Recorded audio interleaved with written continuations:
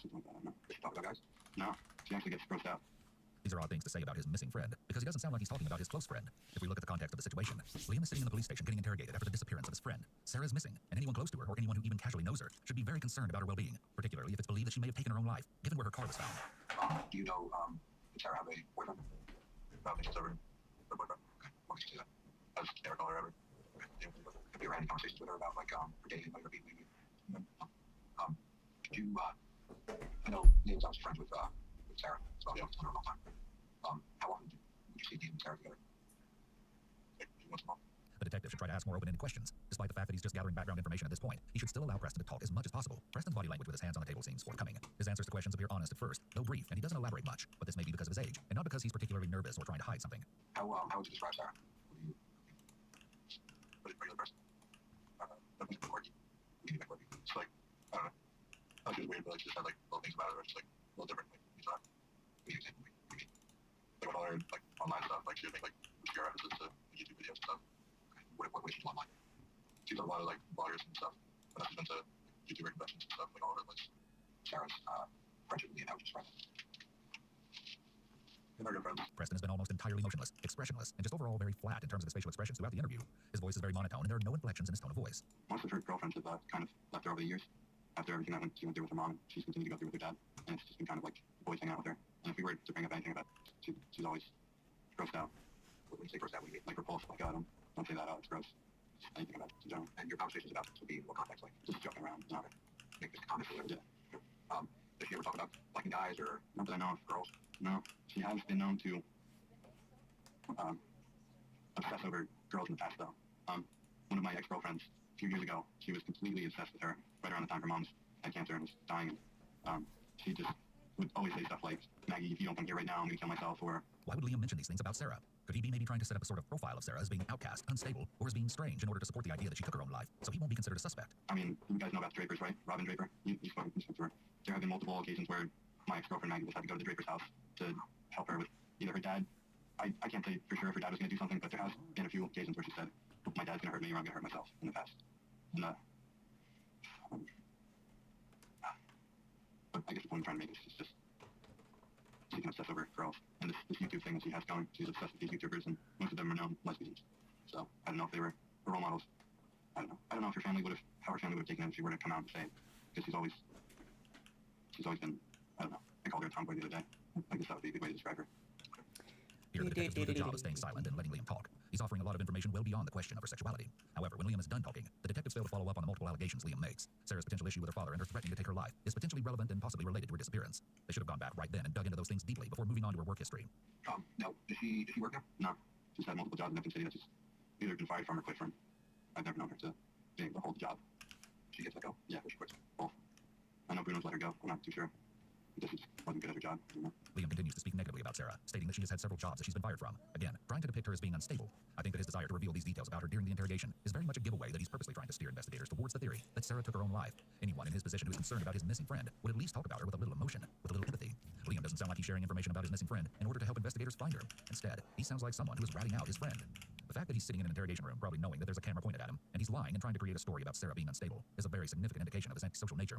The typical person enters an interrogation room and feels intimidated, especially if they're guilty. But even if they're not guilty, it takes a lot to sit there and lie to two law enforcement officials, something that only a person with any social personality disorder, APD, can really accomplish. What about school? She had to be on school. She went to Brookdale last semester, and she just didn't even sign for classes. Not last semester. Yeah, last year she did a full year of school, and this year she hasn't even registered for classes. Why? Canada, I guess. She's something. She needs to get away from Canada. Get away from her dad. Is she in Canada? I can tell you. I can honestly tell you that. I'm one of her closest friends, and I have no idea why she wouldn't tell me anything before she left. Like the last time I said goodbye to her, it was just like on the other day. Like, see you later, I gotta go to work. Nothing. She didn't say anything. Many of her relatives had been over the house, and I think her name was Michelle, or I don't know, started with an M, but I just remember hearing Sarah say, this might be the last time I see you, because I might be in Canada by the next time. Liam is trying to set up alternative theories of Sarah not being deceased. He begins a theme of her possibly having planned to flee to Canada or somewhere else to get away from her dad. He's trying to portray Sarah as having problems, i.e. unable to keep a job, not registering for school again, etc. These things may be true, but they are details the detective didn't ask about that he just freely offers up to give alternatives to her being killed. This is to try to take the pressure off of him, despite not realizing the detectives have already likely collected a lot of evidence that they haven't disclosed that may contradict his theory. The detectives have also found her car in New Jersey, so the chances that she left the area are unlikely. Liam notably avoids eye contact with either detective. He keeps his gaze down towards the table. What kind of car do you know Sarah drive? She drove. I couldn't tell you the model, but it's a beat-up old grandma's car. What you get in that car? Yeah, it was actually on Friday. Liam's excessive nodding slowed down after the questioning began, maybe because Liam felt more comfortable as the interrogation progressed. However, here the nodding started again, particularly when the investigators started asking about Sarah's car. It's likely that Liam starts to nod intensely and repeatedly when he becomes nervous, or when the investigators are getting close to details that could incriminate him. Even though Liam admits to being in her car on Friday, which is the day she went missing, the detective never asks when, why, where they're going, etc., and moves on to another question. Anything related to the day she went missing could be important information, and they don't ask about it. Who were Sarah's friends and yourself? Pretty much just all the Neptune City kids. Went to Woodrow Wilson. To my brother. Billy McAvoy, Robert St. Juan. I could give you all the names. Who's your best friend? I would say Robert St. Juan. What you talk about? Yeah, I mean, once he talks to me. But I know that he has a lot of internet friends. And the fact that he doesn't, I mean, I don't know too much about it, but the fact that she's inside most of her days just on the computer, I think that she definitely could have a lot of close friends that I don't know about. Liam mentions that Sarah is inside most of her days on her computer. He mentioned the same thing earlier. It's likely that he's trying to make her sound like a recluse to, again, support the emotional instability theory. You guys talk about what you guys do. Video games, comics, movies. Video games? Yeah, definitely. Comics? Yeah. Movies? Mm-hmm. What else? Music. I mean, we don't really have the same taste in music, but we're just childhood friends. We can talk about whatever. You know her family? Yeah, I know some of her family. You know her dad? Mm-hmm. What's her relationship like with her dad? Not good. When you say not good, what do you mean? I can't say that anything's ever gotten violent, but I know there's a lot of fighting all the time. Just constant fighting between her and father. Fighting about anything. I was with her a week ago, and she broke the key to her house, and her dad called her. She had it on speaker yelling at her. Couldn't believe that she did it, right? And then she hangs up the phone, and he calls her right back again, and has the same exact conversation like they didn't do it. They did that 3 or 4 times right in front of me, and the dad just had no recollection that they had already had that argument before. And I was just sitting there like, Sarah, if he's calling you again, he's calling you to argue with you. I don't know, like, you don't have to let him do that to you. You can just not answer the phone, because there's nothing you can say that you haven't already said to him. Liam talks at length about the issues between Sarah and her dad, so it seems here like he might be trying to frame the story to make her dad sound guilty. It's important to remember that Liam is sitting in an interrogation room with 2 detectives, and he's giving all this information with what seems to be a clear intention of trying to divert the detective's attention to Sarah's emotional instability, and now to her father being an unstable person. The mere fact that he's doing this shows his antisocial nature. What kind of things aside from that he said that she spoke to you about her dad? I know that when her mom died, she had money that was supposed to go to her, and her dad took that from her. That's kind of been the big thing over the years that she's always said. Dad took money from her, dad took money from her. None of Liam's accusations about Sarah's father have ever been corroborated or proven to be true. She definitely had some trust issues, because over the past few weeks, she's been just packaging things up in containers and moving them to other people's houses. I actually have some containers in my basement right now. I know there were containers in Draper's. I know there were containers in the Reynolds house. Money is always a potential motive in a crime, and when mentioned, should always be thoroughly questioned. Yet the detective moves on to question him about the containers, not the money. How many containers do you move your house? I believe there's 3 in my basement, 3 or 4. What kind of containers? They're just big gray containers. Like bins? Yeah, bins, yeah. And then there's one. What are you looking at? I haven't looked at them, but I could tell you that one of them was just a plastic. There was a clear one, red top on it, and the whole inside there was just VHS tapes. I don't know why she would package up. I mean, the container's this big, just full of VHS. I don't know why anyone would need a VHS tape. Where are they? They're just in my basement. Why did she give those? Because she didn't want her dad to have them. Did she tell you? Yeah. Do you think her behavior was odd? Yeah. I didn't think it at first, but she's always wanted to go to Canada. She's always been obsessed with Canada. And I just didn't think anything of it at first. But why would she just go to Canada? That's the thing. I don't know. She has everything that she could need to go to Canada. Doesn't have to go to school, doesn't have a job. I don't understand why she was going to go. She wouldn't have just gone. The detective fails to dig into the theory that Liam is posing. He should have asked if he thinks that is where Sarah is, how she might have gotten there without her car, etc. To either take that theory off the table as a reasonable answer to where Sarah is, or to find out more to see if it's feasible. Asking suspects direct questions puts them on the spot, and you can often tell a lot by their responses, even if they're lying. Instead, the detective just moves on to another topic. I don't understand why she ever tell you that her dad never had any physical altercations. No, did you ever ask? I have. I've always told her, if her dad puts his hands on you, you need to let me know. And she would always say no. It's always in verbal arguments. You had asked her, you had been text messaging her, and you asked her if he hurt you. Yeah. Who were you referring to when you said he hurt your dad? Did she tell you if her dad hit her with it? She said that he didn't. He did. Yeah, because believe me, I've done nothing but just try to find out if there was any physical violence between her and her father. I've always been trying to get that out of her, and she's never told me. She didn't really like to entertain herself with like alcohol or drugs. It was more art, like drawing. But she did drink though. She did. She has. Did you ever see her get drunk? Yeah, definitely. What does she drink? Not beer. Hard alcohol. You said she drinks with the online community. Their friends. I couldn't tell you. I have no idea. Do you know if she'd ever done any other drugs other than marijuana? Not that I know of. Are you? No. I want to be a police officer. There's no way I can do that. She went to Canada for the YouTubers. YouTubers were having this thing where they get together and their fans come, ask them questions, I guess. And she always made it seem like it was this big social thing with her internet friends. She was going to go up there and stay at one of their houses. These people that she said that they could potentially be roommates if she were to move up to Canada. And when she got to Canada, her dad had to call her an Uber. No friends picked her up. They Uber in Canada? I guess so. This is my mom's information. I don't know how valid it is, but I just wanted to let you know. And she stayed in a hotel with them instead of with friends.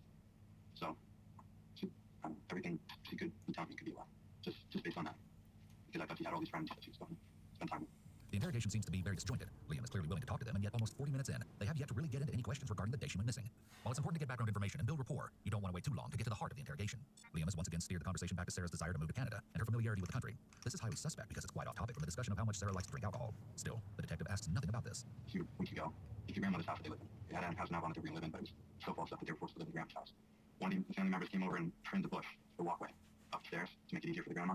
And this is a direct quote. The dad said, I'll crush their skulls in and burn their houses down if they do that again. Like, he was literally threatening to kill them over a bush. Liam is being more obvious now in trying to incriminate Sarah's father. Still, the detective fails to ask Liam if he thinks the father was involved in her disappearance. Asking him this, even if the evidence does not in any way point to the father, is useful to see if Liam is trying to direct them towards the father. When did you last see Sarah? When I was leaving her house. Go to work. Sometime before 45 on Wednesday, Friday. Liam frequently does something called the turtle effect. This is a movement where someone crouches and pulls their shoulders up to their ears, like a turtle going into its shell, and is often accompanied by the person avoiding eye contact with whoever they're speaking to. This movement is a way for Liam to make himself appear small, and is a sign that he's feeling uneasy, or is losing confidence. You also I saw on Friday before 4:45. And why do you say before 4:45? That's the time to be at work. If we have a break to work, Wednesday, yes. What time do you work at Wednesday? What time did I work? Yes, okay. Between 4:45 and 5 o'clock, I got there, and then I was off sometime around 10 o'clock. You drove there? Yep. Did you drive from Sarah's house to work? Yeah. So you got some time around 4:45 in that area? Mm-hmm. You want to change? Yeah. Where'd you change? At my house. We literally live a block away from each other, so it was just real quick, getting changed and going to work. Liam is finally asked when he last saw Sarah. Generally, this is a question that would be asked early on in an interrogation, and it's unclear why the detective waited almost 40 minutes to ask him this. Liam once again begins nodding excessively. It's hard to say if this is an exact indication of lying, but the nodding can at least be an indication that he's uncomfortable or nervous about responding to the question. His response is inconsistent, first saying he went directly to work, and then that he'd actually stopped at his house to change his clothing. Did you drive from Sarah's house to work? Yeah. We literally live a block away from each other, so it was just real quick, getting changed and going to work. Normally, a detective would ask him about this inconsistency in his story. The detective is now getting a timeline of the day Sarah went missing and get a picture of the events that day, according to Liam. So you work 8 till 5? Till around 4, yeah, around 5. Okay. You got home, you were taking house. Liam was getting ready for work, trying to find his phone, having called a few times, didn't find it. Okay. And where's the what did he do? Friends, steakhouse. Okay. So he was home when you got home from work, my friend? Yeah. How long, the time you got home from work, how long was Liam in the house on the first phone to get dressed? Like maybe 30 seconds. As soon as I walked in, he was like doing any towards my phone. He drives work or walks with? He drives work. Notice the detective continues to lead Preston, instead of asking him open-ended questions. This allows Preston to give yes or no responses, which are not nearly as useful. The detective is now asking Preston questions to see if his answers corroborate with the timeline Liam gave them the day before. This would have been a good time to press Preston about Liam being the last known person to be with Sarah. The detective doesn't even mention Liam and Sarah being together earlier. What did you do? I took a nap, got up, I ran back to my parents' house, I left. Coffee came. Spent a lot of time at your parents' house. Left some stuff. So you slept for about an hour, and then what did you have, like a half empty coffee? Doesn't matter if it's special, it's like a carbonated espresso soda. Okay. It seems rather unlikely that Preston would drive back to his parents' home an hour or more after being home to pick up an espresso drink he left there. It seems like a lot of trouble to get a coffee drink. He may have been saying this in case he was driving and needed to cover his tracks. He may also have been going to his parents' house to have someone provide an alibi about where he was, since he was alone most of the night and no one could vouch for him. Like really old-fashioned Italian drink, like most, like old-fashioned like degrees and stuff. Excuse me, sorry, I'm trying to let you know your parents just wanted you to know that they're here if you need them. But during the lobby, I told them you're speaking with detectives, and I just let them know that if you want to step out and talk to them at any time, they're there. Okay. All right, thanks. Thank you. Preston is just over the legal age of a juvenile, so while he isn't given the right to have his parents present in the room, they offer him the courtesy to consult with them at any time. It's interesting that his parents don't advise Preston to stop talking to the police, or request he speak to an attorney. This may be that they aren't concerned their son did anything wrong, and don't feel it's necessary, or they may worry, as many people do, that doing so will make him appear guilty. This is a common misconception, as having counsel, whether you are innocent or not, is always a good idea. When you went to work, what were you starting? When I went to work? Yeah, you left to work. You left your house. We were just hanging out. Let's do this. Let's start the day on Friday. Okay. What did you do when you woke up on Friday? Slept in. Did overtime. Just come around noon. Okay. When you got up. Did some dishes. Cleaned up the house. Then I called her initially. Asked her if she wanted to get some food. She said she had to. What time did you wake up with her? Sometime between 1 and 2 o'clock. 1 and 2. I went over. I helped her. Did you go to eat? Not yet. We did go to eat, but we initially wrapped up all of her stuff, put it in the containers, and then went across the street to the Drapers. Put the stuff in their basement. And Sarah and I talked about one that too. Do you remember the names of the streets? One Highway 33. Yeah. The two were caught on CCTV when they went through the Taco Bell drive-thru. In the window, you can see Sarah and Liam talking, with Sarah in the driver's seat. You stayed there the whole time after you were back to your house? Yeah. We actually went up in her and played some video games. Where did we eat Taco Bell? We ate the Taco Bell in her kitchen, at her table. You went to her bedroom? What video games? She had a bunch of old, I don't even know what to call them. It's like a little box, like a joystick on it, maybe 2 buttons. They're like arcade games. She just plugged it into her old TV. We played those. There are a bunch of different games. She has a TV for her. Yeah, she has 2 actually. 2 for the old video games and 1 for her cable, I guess. Okay, well, you both play video games? Yeah. That's all you did up there, better. You stayed up there the whole time? He actually ended up in, I think we might have been in the living room. I don't know. Liam begins frequently touching his face. Neck and face touching are typically pacifying and self-soothing gestures. When Liam touches his face, he's likely experiencing an unpleasant emotion, such as insecurity, and is trying to comfort himself. What kind of things are we talking about? still thinks this is Blair. Liam is becoming noticeably more nervous and on edge. His voice is a little shakier and his answers are more scattered than before. The detective is now slightly more confrontational and Liam takes longer to respond. Throughout the interview thus far, he's been pretty quick thinking in the sense that he hasn't struggled to recall anything. Now all of a sudden, when he's asked details like what he and Sarah did when they were at her house eating Taco Bell and playing video games, he struggles to report if they stayed only in Sarah's room or if they went somewhere else. Liam suddenly can't recall information and says things are a blur. The long pause continues. This is dramatically different than his previous answers where he seems to recall almost everything he was asked. This also deviates from his baseline behavior.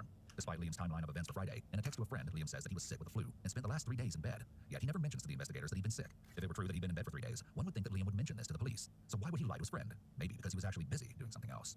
Just a regular conversation. I could have been about anything. I think she's talking about my leave. She had that day. What did she say? She just said that her dad was coming home. She had to get stuff out. She just needs to get to Canada. Did you make any promises? No, definitely not. But you wouldn't tell anybody anything? No. I had spoken about going to Canada with her over the past few weeks, but that was just kind of for emotional support, I guess. I didn't think she would actually go through with the whole Canada thing. It's just trying to escape the situation she was in, I guess. Your dad. Notice Liam is saying no while nodding yes. Incongruent words and body language are often a red flag that someone is being deceptive. The second detective has not said almost anything during the interrogation. He's likely there to just observe Liam's body language and to pick up anything the other detective may have missed. The detective sits in silence after Liam is done responding to his question. This is a common tactic to get someone to offer more details or to begin talking again unprompted. People often feel awkward with prolonged silences and will start talking again to quell this awkward feeling. This is exactly what happened here, and Liam offers up more details. The detective will likely use this technique again as it's proven to be effective with his suspect. What time did Liam get back home? He wasn't back from work until 11, 12. Yeah. Do you remember what you were doing when he came home? That's the question. When he came home, did he play Xbox for hours? Does he normally get home that time, or? I don't know. We're just moving into the place, so we're just used to him, like, when his work schedule and everything. So what makes you think between 11 and 12 versus 12 and 1 or 10 and 11? Like, how do you know, like, between 11 and 12 he came home? It was definitely before midnight. Preston says Liam got home around 11 or 12, which is later than the time Liam gave at his interrogation, where he said 10. I was off. Sometime around 10 o'clock. The detective's confrontation of Preston is very passive. Asking him to try to explain the discrepancy would have put more pressure on Preston. At an interrogation, police are allowed to discuss what other suspects have said to them, and even lie about what was said or discussed. The detective has a good opportunity to play the suspects against each other. It's proven to be a very useful tactic to tell one suspect that the other blamed them for things, to see if they then disclose information about the other. So, you guys go to bed, and what happened from there? Well, next thing I was out for in the morning, the police came, pounded on the door. They asked me a couple questions. When did you get out when you were in the door now? I didn't even hear it. He just came in, woke me up like 5 minutes after everyone left. What do you say? So, like, dude, the police were scared. Like, about what? Just asking a bunch of questions about Sarah. Next morning, we got the news from his mom. So you were back to sleep this morning? He comes into your room? Yeah. How did you wake up? He just opened the door and came back and woke up. Okay. You look at him, what are you doing? Yeah. So, what? And he tells you the police were there? Asking questions about Sarah? Yeah. Did you say, like, why they come here? Like, tell us about the conversation. I looked at him and was like, what do you mean? It's like, I don't know. Until now, Preston has shown very little emotion. However, at this point, he hits his hand on the table slightly, but enough that it makes a sound each time. This is the first time he makes any sort of real gesture of any kind. This also happens to be when he's answering questions about when the police arrived. He says Liam just came in his room, woke him up, and told him the cops were there asking questions about Sarah. This casual interaction between the boys doesn't seem feasible. Any normal person would find this rather disturbing and would lead to a lot of conversation, perhaps phone calls to friends, etc. It's hard to believe that after the police come to your house about a girl you've known for many years, you wouldn't ask more questions or be able to just roll over and go back to sleep with no concern or curiosity. The detective doesn't confront Preston about this. Preston acts out the expression he made when he was woken up by Liam. He makes arm and facial gesture showing how he was startled awake by Liam when the police arrived. For the first time, there was some expression of emotion here and movement that we haven't seen before in Preston during the interview. It could be that Preston is trying to sound more convincing here. When you go to work and you're at home, playing Xbox or taking a nap or whatever, does Liam come home at any point? Yeah, his obviously like ran home to sleep, like on his phone, he was trying to look for it. And then both times he's trying to back. So he came back home twice. Yeah, was the first home. How long did he stay each time? About long, 2 minutes. It's like, that's work. Preston now changes his story, saying that Liam came home twice during his shift at the restaurant. This is a pretty large detail to leave out and also seems rather unusual. Waiters are rarely able to walk out of a restaurant on a Friday night during their shift once, let alone twice. Yet the detective doesn't even ask Preston why he didn't mention this earlier. When you wake up on Saturday morning to start looking for you again? Yeah, we try to ask one more time to go. Walmart. Which Walmart did you go to? The Super one. What time did you get there? Sometime after 10. Who went? Who drove? I think he drove. When asked who drove, there was an unusually long pause before Preston answered. This is unusual because firstly, it shouldn't be too difficult for him to recall whether it was him or Liam who drove. Secondly, it's unusual because so far, Preston hasn't paused this long to answer questions. When he finally answered that Liam drove, Preston avoided eye contact and just looked downward towards his hands or the table. So a lot of people, a lot of police officers, from the state police, the divers, to us, the other detectives that know when we can try to find Sarah. And a lot of resources out here. I want you to make sure that I want to give you the opportunity. Okay? Yeah. To be ahead of all this. The detective purposely uses the word opportunity to indicate that it would benefit Liam to tell them the truth, or what he knows before they potentially find her body. Notice he starts this line of questioning by expressing how they have lots of divers and people looking for her, to plant fear in Liam's mind that she will likely be found. This is an interrogation tactic commonly used by police. The police want to convey a sense that they are giving the suspect an opportunity to talk, and to help themselves before it's too late. In truth, confessing will only help the police and the prosecution. If she told you something, if she told you that she was going somewhere, if she told you that she was going to do something, you need to tell us. Yeah, okay. I understand. understand you're very close friends with her. Why didn't you a lot? None of that matters now. Okay, because all this what we're doing is going to escalate at this point. Okay, so I want you to think very hard. Okay, about your conversation. Take as much time as you need. I want you to think about your conversation that you had with Sarah on Friday. I want you to put yourself back in her house with her. And I want you to think about what the things that she said to you. Okay. One thing I want to talk to you guys about was if she did jump off the bridge. What are the odds that she's not somewhere all the way out in the ocean by now? This is a notably strange question for Liam to ask, and is very revealing about his mindset. Asking about whether her body would be out in the ocean by now if she jumped off the bridge could be Liam's way to feign concern that they won't find her. And did she tell you she was going to jump off the bridge? No. If she had told me that she was going to jump off the bridge, there would have been no way that I could have gone to work that night. I went to work and I had one of the best nights of my life. I made a bunch of money. All my tables were good. I had a great time. I would not have been able to do that if I did something. You just make that real twist it up. Okay? Like, no problem. It's fucking. It's like, did it crash? Am I stuck? Should I be restarting? Am I wasting my time? Oh no! Wait, no. It's at this point, likely to strategize how to question him from here. They may want to change tactics of questioning and be more confrontational with him. They may also be leaving to come back with new evidence to present him with. Police also like to observe a suspect's behavior when left alone. It's not uncommon for suspects to change their behavior or even talk to themselves if left alone for a little while. Despite being on camera, suspects often show more of their true selves when left alone, as they aren't aware they're being watched. When the detective stepped out of the room, Liam appears to let out a sigh of relief. Liam sits with his head down and his arms crossed in a defensive posture. He looks uncomfortable and nervous sitting there. He puts his hands over his eyes, rubbing his face. These are all signs of distress. Liam appears to be briefly crying, which seems a little out of place if he truly believes his friend has just left to go live in Canada and isn't deceased as he keeps indicating. It's not uncommon for some suspects to cry when they're left alone, as the gravity of what is happening or what they did sometimes sets in when left alone with their thoughts. As you're driving down, what street on Holly Street? Bradley Street? Yeah, we're going down Bradley Street. We're going to make a left, and that's right. Go down the street, and like, wait, that's like as we drove by. We turned after her, she turned off onto the side street. And we got out behind her. And what did she say? She said, Sarah's missing. She started to break down a little bit. She was like, all right, just let's back over to my house. That's when the second showed up. What did Liam say when he found that Sarah was missing? He started to cry a little bit and started to smile. Did he answer any questions? Didn't ask anything until we got back to the house. Okay. I'm sure you had a million questions about what happened. So I would imagine it's any reasonable person, friend, whatever, family member, you probably asked any questions, right? Like, what did you ask? Well, once that actually became like an investigation, you got called in for another round of questioning. And they don't ask you for another round of questioning for no reason. You gotta tell me, like, if you know something, you can trust it. So, what's the next line of questions? It's unusual that when they found out Sarah was missing, neither Preston nor Liam asked any questions about what had happened. The detective again lets this go without confrontation. Preston is being rather evasive and seems to be getting nervous. This is a good time for the detective to start confronting him, to be honest, but he doesn't. What did Liam tell you about his day that he spent there? So, nothing really out of the ordinary. What did he tell you that did? So, Sharon, he does. I mean, why would you ask him to charge you? Interested in knowing. I know you were at work, you weren't with her, but it's reasonable to think, like, dude, she's missing. What'd you guys do? Where did you guys go? What'd she say to you? It seems just like, I was just asking if she like seemed to be like acting at all. So there really wasn't. How did you find out that he was with her? He mentioned it later on.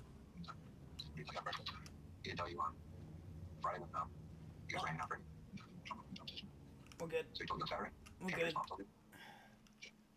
When you got woke, he woke you up in the morning, what, 3 o'clock in the morning? She said it was like 4 o'clock in the morning. Like you go back to sleep and you wake up, did you follow up? Like, yo, why was that? What's going on? Didn't really think about it being like the cops come to your house on a regular basis. It's the first time they came to your house. Yeah. The detective is finally being confrontational with Preston about his lack of curiosity about the police being at their home at 4 a.m. It's very hard to believe that Preston doesn't remember anything after midnight that night. So, Liam wakes up on Saturday and he has to talk about Sarah. Cops were just at the house a couple hours earlier and asked questions about her. He's not talking about it. I asked him why they were there, but I really don't remember the conversation. So you're having a conversation with all these people about Sarah, who is police at your house, 4 o'clock in the morning. She's missing. You just find out their car is found on the bridge. Now, Liam's telling you that he was with her. You don't remember anything that he said to you. Is that, am I understanding that correctly? Yeah. You have no recollection at all about what he told you he did with her. The detective continues with a confrontational tone. By summarizing the answers Preston has given, the detective is showing that he doesn't find his version of events believable. As well, the second detective's body language, leaning back in his chair with his arms crossed, also helps to display that he isn't buying the story Preston is telling. This adds some non-verbal pressure to Preston. Did he say that he was at her house? Did he say that they went to the movies? Did he say that they went to the beach? What did he say they did? Did he say anything? Okay. How did you know they didn't with her? That was asked why they questioned you and he said, well, that's not true. Okay. And did anybody say, what did you do? Nobody? So his mom is crying out in the street, and Liam is now crying, and nobody's asking him, like, so, what'd you say? Well, there's no questions at all. They said they went to lunch, went out to breakfast, went to movies. There was no recall. Was there any conversation about it?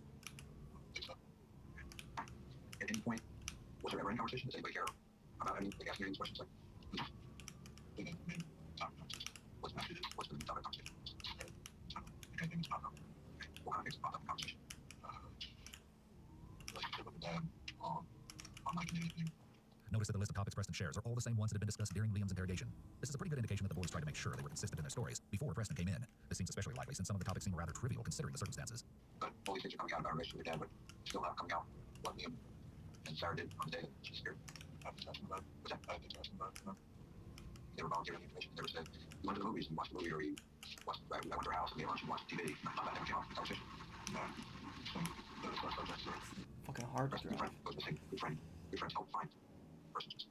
Yeah. You understand what I'm saying? I do. The detective is implying in various ways that their behavior, or lack thereof, is not typical of friends who think a good friend is missing. He isn't explicitly saying that, but the message is clear.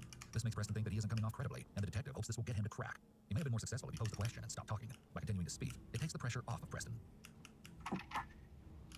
All right. Yeah.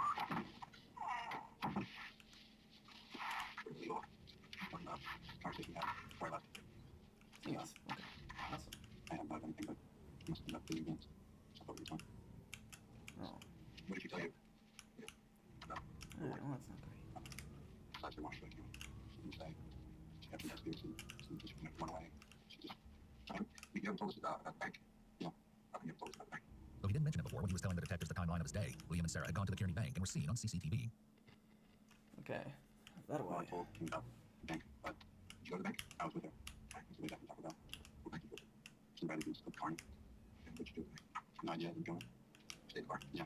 They've begun using the read technique of confronting the suspect with evidence related to the crime. This will likely increase the suspect's stress level even more, and they hope this may cause him to get tripped up or ideally confess. This is also a rather large detail to leave out in his prior accounting of their activities that day. When she stopped at the bank? When she tell you she stopped at the bank? Something to do with her money. I don't know. She just found money in that one house a few months ago. And, she has a lockbox full of money. I don't know. She was taking money out, putting money in there. Lockbox full of money where? In Kearney Bank. I don't know. She's told me.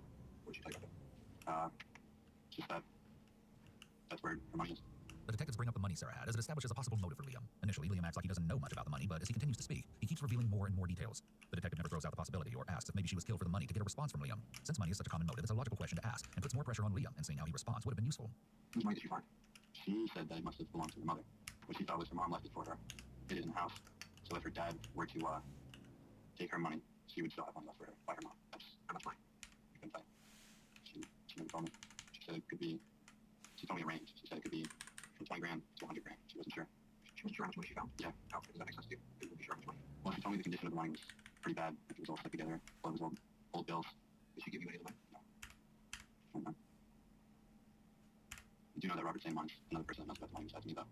Because she had told me that he needed to get something done with his car, and he was asking her for money. But that's the only person I know that would have an idea of how much money it would be. Liam states that her friend Robert also knew about the money. This appears to be an attempt to establish him as another potential suspect. What did she say about Canada on Friday? I don't even remember if we discussed it. Everything's just like running together at this point. Once again, there are inconsistencies in Liam's statements that weren't there previously. He first stated they talked about Sarah going to Canada, and then that they may have. He has now twice relied on saying that everything is a blur, which seems to be an attempt to explain away any mistakes he makes in his recollection. Do you remember talking to her? Or do you remember talking on the phone while you were at the house? I don't know. She had been just taking calls from multiple family members over the past few weeks. Everyone saying how worried they were about her. So, Friday was the second. Somebody usually could call her and had a conversation. Liam claims family members were calling her saying how worried they were about her, but the detectives seemed to move past it without asking more questions. This piece of information could have given them more insight into what was going on in Sarah's life and her mindset just before she went missing. Have you cried about it? Yeah, the first morning. Saturday morning? Did you in the car? While we were at the house. Okay, slow down. What was told to you that made you become emotional about it? Well, until the detectives, everyone came over and started asking questions, so we just jumped to the substance. Has anybody told me that you jumped? What do you think happened?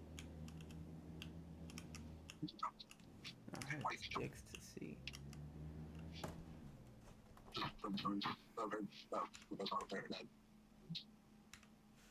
Apparently, his dad being like kicked out of the house, or his parents being put in charge of the house, take care of grandma. His dad being kicked out of the house? I'm not sure verbatim, but there's a whole situation going on with like family in the house. He begins to cry when he responds and then seems to immediately stop as he continues to talk. His breakdown seems insincere as it lasts only seconds. This is also the first time Preston has demonstrated any emotion at all, even if it is insincere. He may also be crying from stress or fear of being caught. My mom just got back before we check on us. We might talk about things like that. Sure. Yeah. She wants to bring your mom back here. You want to go out there? Go out I there. think it's very annoying to Don't drive. play break. Go out there and take her out. Yep. Preston requests to speak to his mom and to take a break. The detectives return to continue questioning Preston about 35 minutes later. Mom and Dad are still here. They were waiting for you. Yeah. Okay. So you wake up. You said you woke up around what time on Saturday? Around 10 o'clock. Not 10 o'clock. So when you get up at 10 o'clock, you never come out of your room? Yeah. Okay. What are you doing in your room? When they return, the detectives immediately begin asking him questions again, perhaps to try to unsettle him into revealing something. What's the engine like for you? I think it's like, yeah, seems up first. Yeah. At what point do you have a conversation with him about the police showing up at the house at 3 o'clock before you were under there? Preston takes a very long pause. He knows he's already answered this question and may be trying to remember what he had said previously. The detectives appear to be checking that Preston's timeline of events matches Liam's. He continues taking long pauses before responding, as though he's trying to watch what he says. This is, of course, in stark contrast to Preston's usual response style, which was more immediate responses to questions with little to no pauses. I asked him what the police were there for last night, and they said they were just asking questions about like where he was. Where he was? Yeah. I looked at him like, obviously it's Sarah normally. And it's like, I don't know, but there are some questions about Sarah. And asked him what it was about. He said, Oh, shit. Did he tell you specifically anything about Sarah? While you were in the house that night, playing video games, you talked how many times for the first one? At least once, and it was twice. Are you drinking at that one?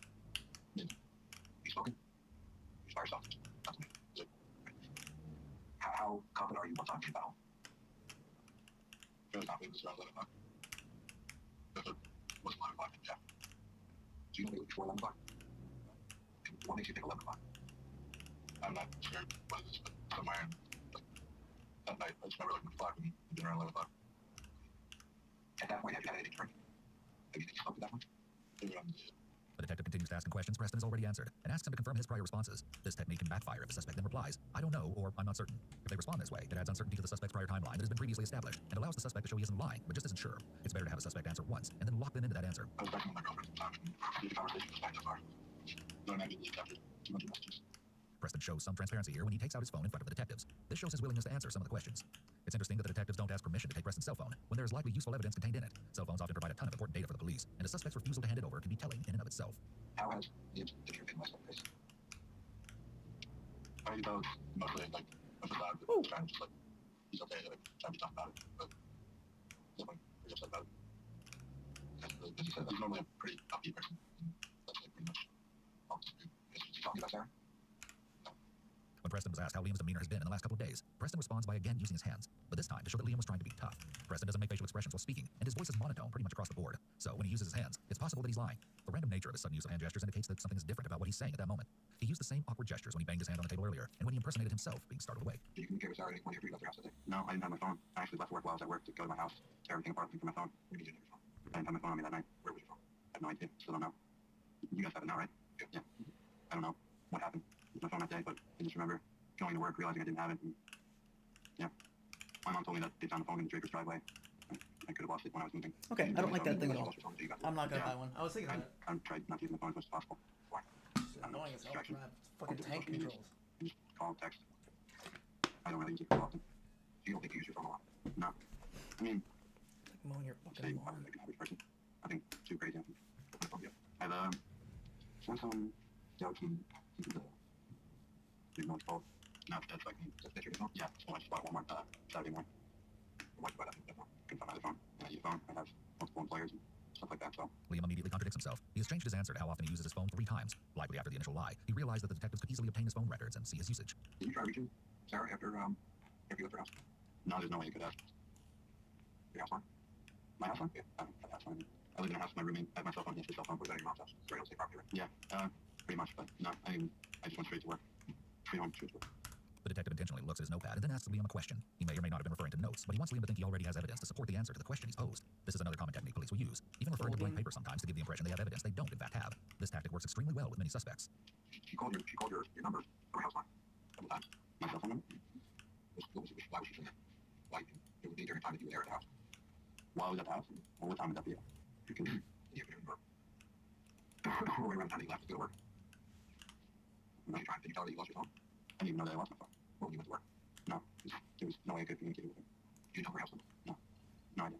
Liam's statements aren't adding up. The fact that Sarah had been calling his phone at times he claims he was with her doesn't make sense and is very suspicious. Yet the detective doesn't ask him any more questions about it, and never really presses Liam on anything. Instead, he moves past a lot of his statements that either don't make sense or contradict themselves. The detective again sits in silence, waiting for Liam to fill the void. Liam's excessive nodding starts up again. He's had situations where she's tried to hurt herself in the past that I actually didn't remember. It wasn't until Maggie called me yesterday and reminded me. How long ago was that? 3 years ago. Any Any close friend of Sarah would be genuinely concerned and distressed when recounting this story about how she tried to hurt herself. Instead, Liam is simply sitting there for over an hour, spilling all of his close friends' dirty laundry and implying that Sarah might have taken her own life, all the while not being a bit concerned about her. People with antisocial or narcissistic personality disorder often engage in smear campaigns where they will speak very negatively and very convincingly about someone, often spreading lies, exaggerations of the truth, or even just their own negative theories or suspicions about someone. It's a method that the APD person uses to do damage control when they fear they will be exposed, or when they're trying to get out of trouble. They will do it to family, friends, their own partner, or anyone who threatens to expose them. You help her box up all these personal belongings. You help her carry these belongings to a neighbor's house. And you accepted belongings. You accepted things on Friday as well. How did they get to your house? We dropped it off. It was on Friday. That was 3 days ago. This isn't the first time we've done something like this. And so, just hear me out. It just makes sense that you do all these things and you go out for lunch with her and on the way back to Taco Bell, you would you stop at the bank. She can take care of the money. And you ask no questions. She don't inquire about anything, just share anything with you. Well, I've known that. I don't know what she's told me. She hasn't already told me. What she's doing to the bank. I mean, if I was the car here, then I gotta stop and get her cash. Well, she was really gonna deposit. She was like, I had to stop by the bank. That's all it was to it. She's like, all right, I'll stay in the car. Stay in the car. Watch a YouTube video or something, and then we were at her house. We went to Taco Bell. What did you do in the car? You give her phone in the car. Yeah. At that point, you had the phone in the car. Yeah. So you had already dropped the belongings off the car. I didn't even realize that I did have my phone at that point. Yeah. The detective now confronts Liam, but only slightly. An accusation or confrontation of guilt will sometimes be enough to get someone to crack. It can also get someone to clam up and stop talking. But the detective should take that risk at this point in the interrogation, because they haven't gotten very far with Liam. Liam slips up and catches himself lying about having his phone. The detective has made it clear he doesn't buy the story Liam is telling him, which likely is adding stress to Liam. Because I was using my phone to entertain myself while she was in the bank. So I did have my phone on me in the car. The detective sits in silence again, waiting for him to keep talking. This technique has proven useful on Liam, so he deploys it repeatedly. A lot of interrogation is trial and error, as people can differ in terms of what gets them talking and what techniques work for them. When was the initial phone call? Was it 1 o'clock? That you communicated with her? Yeah. It was, purpose before 1 o'clock. Yeah. It must have been 1:30, 2 o'clock when I got to her house. The detective begins pulling documents out of a file pocket that looks to contain phone records, while he asks Liam about the timing of his day and calls. This is to try to make him feel like the detective already knows the answers to the questions he's asking. Liam has been caught in numerous lies surrounding his phone activity, and a few other details, but hasn't confessed to any involvement in Sarah's disappearance. Okay, yeah, all right. I told the guy out there that my car's parked on Main Street. I don't know if it's been here for 2 hours yet, but now you're right. We stepped out of the room. You probably wonder where we're going. Your dad is here right now. Your dad came down. They told me that you told him that you were coming down. So your mom contacted an attorney on your behalf, and your dad contacted an attorney on your behalf.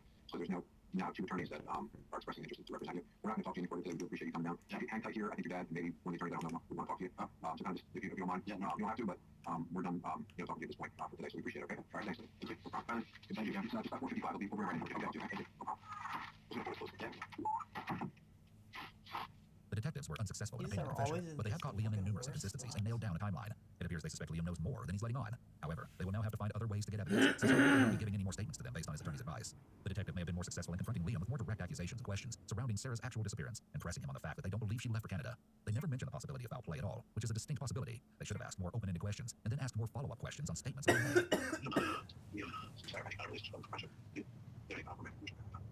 actually, the 2 days off, so I think that's rather than questions for me. Definitely Junior Brown, I was there today because she didn't have anybody to ask her. I didn't have anybody to ask her. Like, share with you. I might have said, yeah. I did try to make it nice on her. Preston likely reveals this information unprompted because he knows the police will uncover it anyway. It's strange that he waited to mention this until now, especially since he was asked explicitly about his relationship with Sarah and how well he knew her. A friend trying to help would normally want to offer as much information and detail as possible to help with the investigation. I don't know if you guys already know about her and your friend Maggie Monsack. Well, so they're really good friends growing up, and then sometime in the past year or two, apparently she then towards Maggie away. Never know that, but I feel like Maggie's very upset about it. That was like my first one, like, college. Who do you get that from? William and Josh, the whole group, she trains. I don't know what exactly was going on, but like a little after when her mother passed, and like in time Maggie was going away to college, like they were like really good friends. That come up in conversation a few times. And Maggie herself, she was dating Liam like early on in high school, so like they're still good friends. Maggie said that Sarah like everything to herself, but Maggie would do it too. We've reached out to Maggie, she's definitely okay. Preston also now offers information to corroborate Liam's theory that Sarah possibly took her own life. This may be something he and Liam discussed, and he realized he'd forgotten to mention it earlier.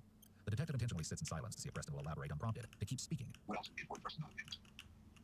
Those are really one piece of it to get for ourselves questions. Did Liam talk to you about our conversation with him? Did you ask a question about it? Other than what it was all about? How he seemed okay after talking to us? He definitely seemed like a little exhausted. He seemed like, yeah, like out of his sorts. Yeah, like a lot of his sorts. Out of his wits, yeah. You have any questions for us, or for you? I think your mom and your dad are out there. They have taken home. Yeah.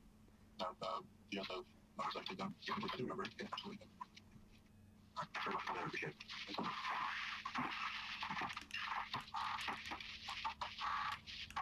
The interrogation ends without the detectives getting a confession. But this wasn't the end of the story. And what was about to be revealed was more horrifying than anyone could have ever imagined. Despite some of the suspicious answers that both Liam and Preston gave during their interrogations, the police had no solid evidence to connect either of them to Sarah's disappearance. At this point, it's still unclear what had even happened to Sarah. Did she run away to Canada? Did she take her own life by jumping off the bridge? Or had something far more sinister happened to her?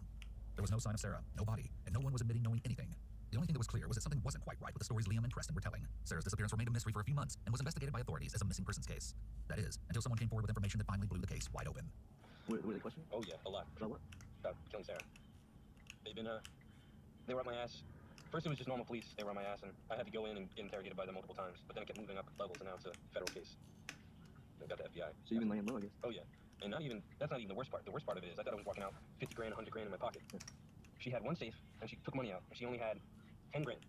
And this money, I don't know if it was burnt or something, it's old money, terrible quality. I don't even know if I can put any of it in the bank. Right, because it'll probably look sketchy, right? It looks sketchy, and it'll look like it's Sarah's money, especially if it's a federal investigation. Right. If they're looking for the guy who has the old money. Right, because it's probably like the old dollar bills. It's not like the new, because the $100 bills are changed now. Exactly. No, it's from the 80s, dude. It's old. And then, What, she found in her house or something? Huh? She found in her house? yeah, spent a lot of money. And I didn't even get a quarter of it. So you only got like, what, seven grand or something? Somewhere around there. And you spent it all? No, I didn't even try to do anything with it because it's in such bad shape. Yeah, you can't use it. Like, I need to lay low and then maybe like take some stuff and see if I can put it in the bank. So what, do you have it hidden? Yeah. Where'd you hide it? Sandy Hook. First it was in my house for a long time, but then I stopped trusting Preston. Yeah, what's the deal with Preston? No, he's cool. Did he end up like helping you? Or not? Oh yeah. Sarah wasn't missing. Liam had murdered her. One of Liam's friends, Anthony Curry, had been interviewed by police that same December about Sarah's disappearance. A month later, on January 24th, Anthony came to the police to tell them that he actually knew something about Sarah's case. He revealed that Liam had told him on Thanksgiving that he was planning to rob and kill Sarah for the money her mother had left her and that she had just found. He went on to claim that at first, because Anthony was a filmmaker, he thought Liam was pitching him an idea for a movie when he talked about killing Sarah. However, he soon learned that wasn't the case at all, and Liam had actually killed her. Anthony told police that over the past month he'd grown terrified of Liam and began to worry that Liam was going to kill him or hurt his family, presumably because of what he knew. After revealing all of this to the police, Anthony was asked to secretly record his conversations with Liam, and he agreed. A week later, on the 31st, Anthony secretly videotaped Liam. We can imagine that he was probably more than just a little nervous as he drove over to meet up with Liam, who he would soon realize was a cold-blooded killer, singing along with tunes to likely attempt to calm his nerves. Good, man. How you doing? How you doing? You want a cigarette? No, I'm good. I quit them. Okay. I was smoking a lot of cigarettes while I was tripping. Really? Yeah. I tripped for like 2 months straight. What were you doing? Sitting around, What you got to? hiding from the cops. What happened? Dude, you can't blame me for doing this, right?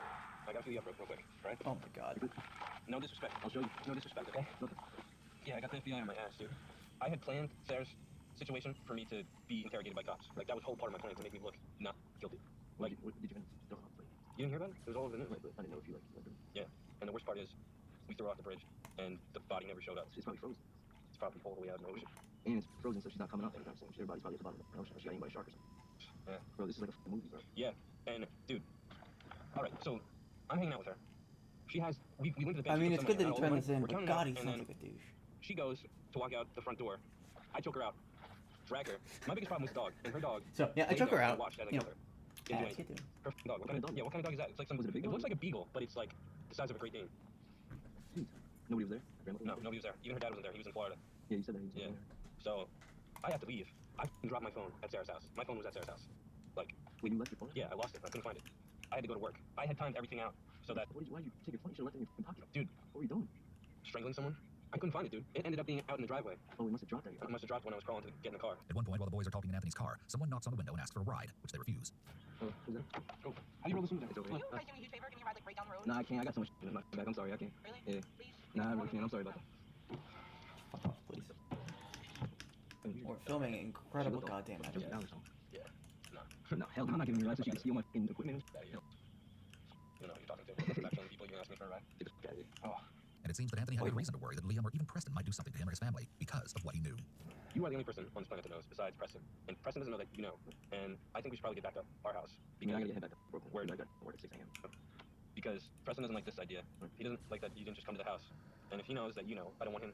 You know, I don't want there to be a I'm chance. not no rat, bro. Yeah. You don't have to question it. I'm in Brooklyn. The cops haven't questioned Yeah. me. I know you're not a rat, but He we says, gotta play it safe. submitting this to Anyone- police, understand. snickering. It could be anyone. And I don't want Preston to think that he has to kill you and take Oh, you dude, out you're gonna love this because one you are line. the only person Yeah, that yeah. knows. It's Because I tried to 7 reply, minutes in, and you whatever don't know, seconds. he's really upset. It's gonna be great. You're gonna So love it. Maybe don't tell him. Don't tell him. Yeah. But you're the only person besides Preston that knows. And I told you that in the beginning. That's how it was going to be. I planned this thing out for like 6 months. Without Anthony coming forward, Liam may have gotten away with it. Liam McAtasney was arrested on February 2nd, 2017.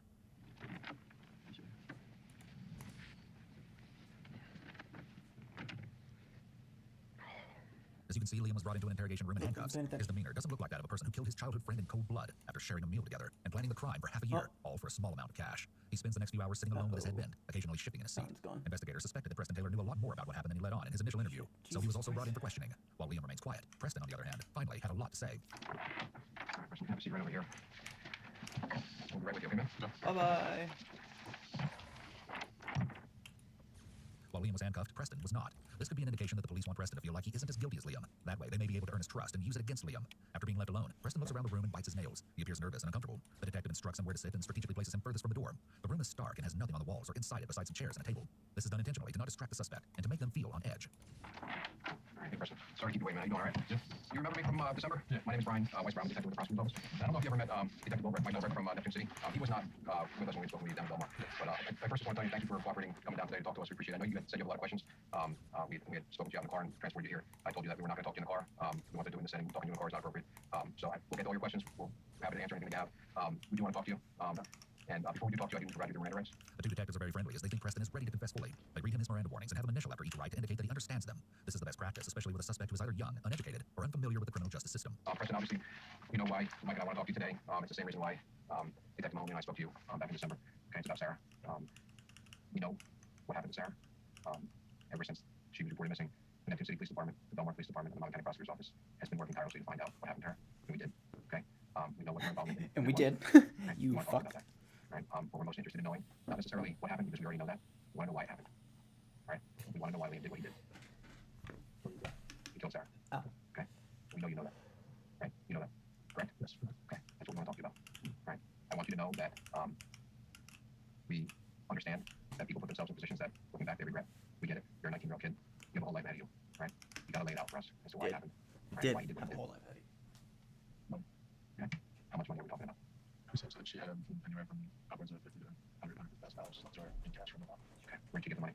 From her mom when she passed away. Okay. She found it's just a story. She found a box in their old house in Avon that they keep just for storage that had a note and a whole bunch of money. And he wanted to try to get his hands on as much as possible. Okay. The detective immediately begins the confrontation step of the read technique. This step is when the interrogator informs the suspect of the evidence against them, implying in a competent manner that they already know the suspect is involved in the crime.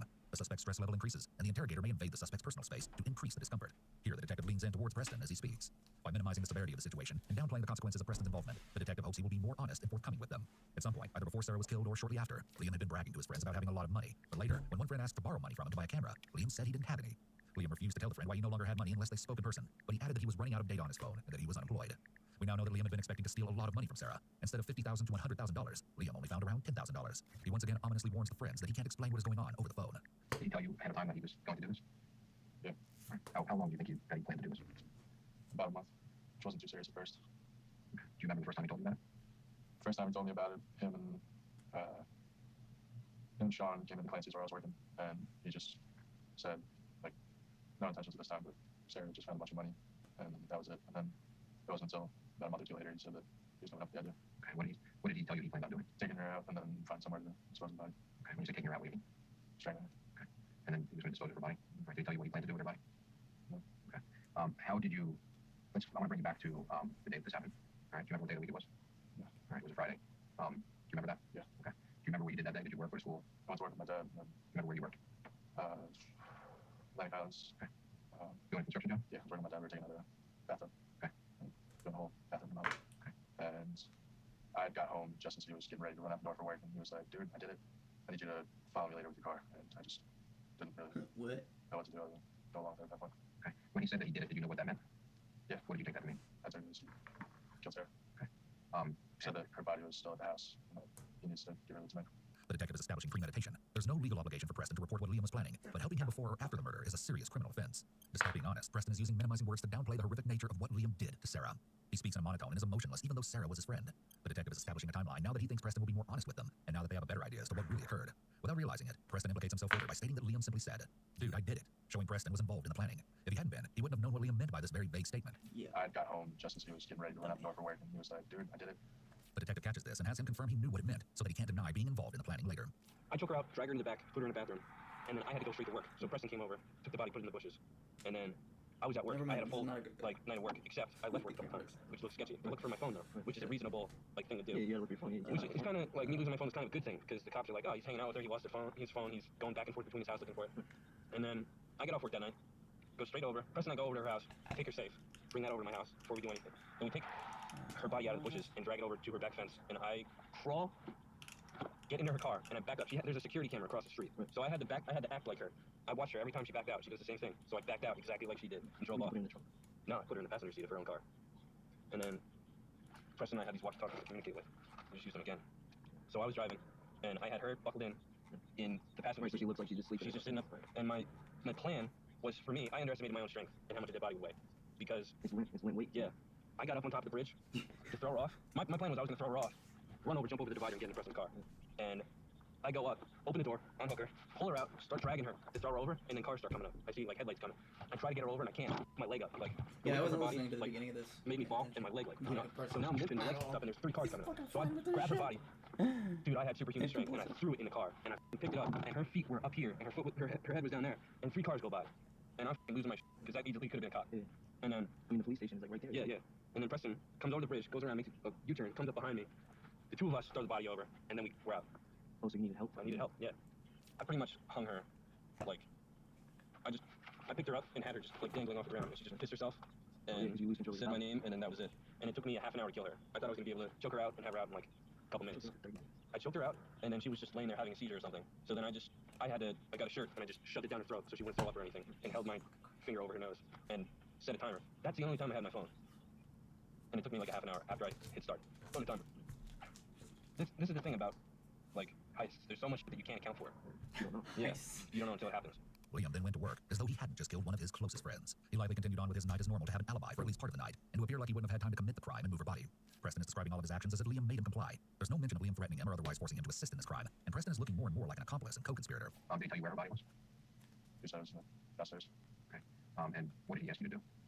He asked me to help him get her into the car. And he drove her car up the bridge with her, and I just came up behind.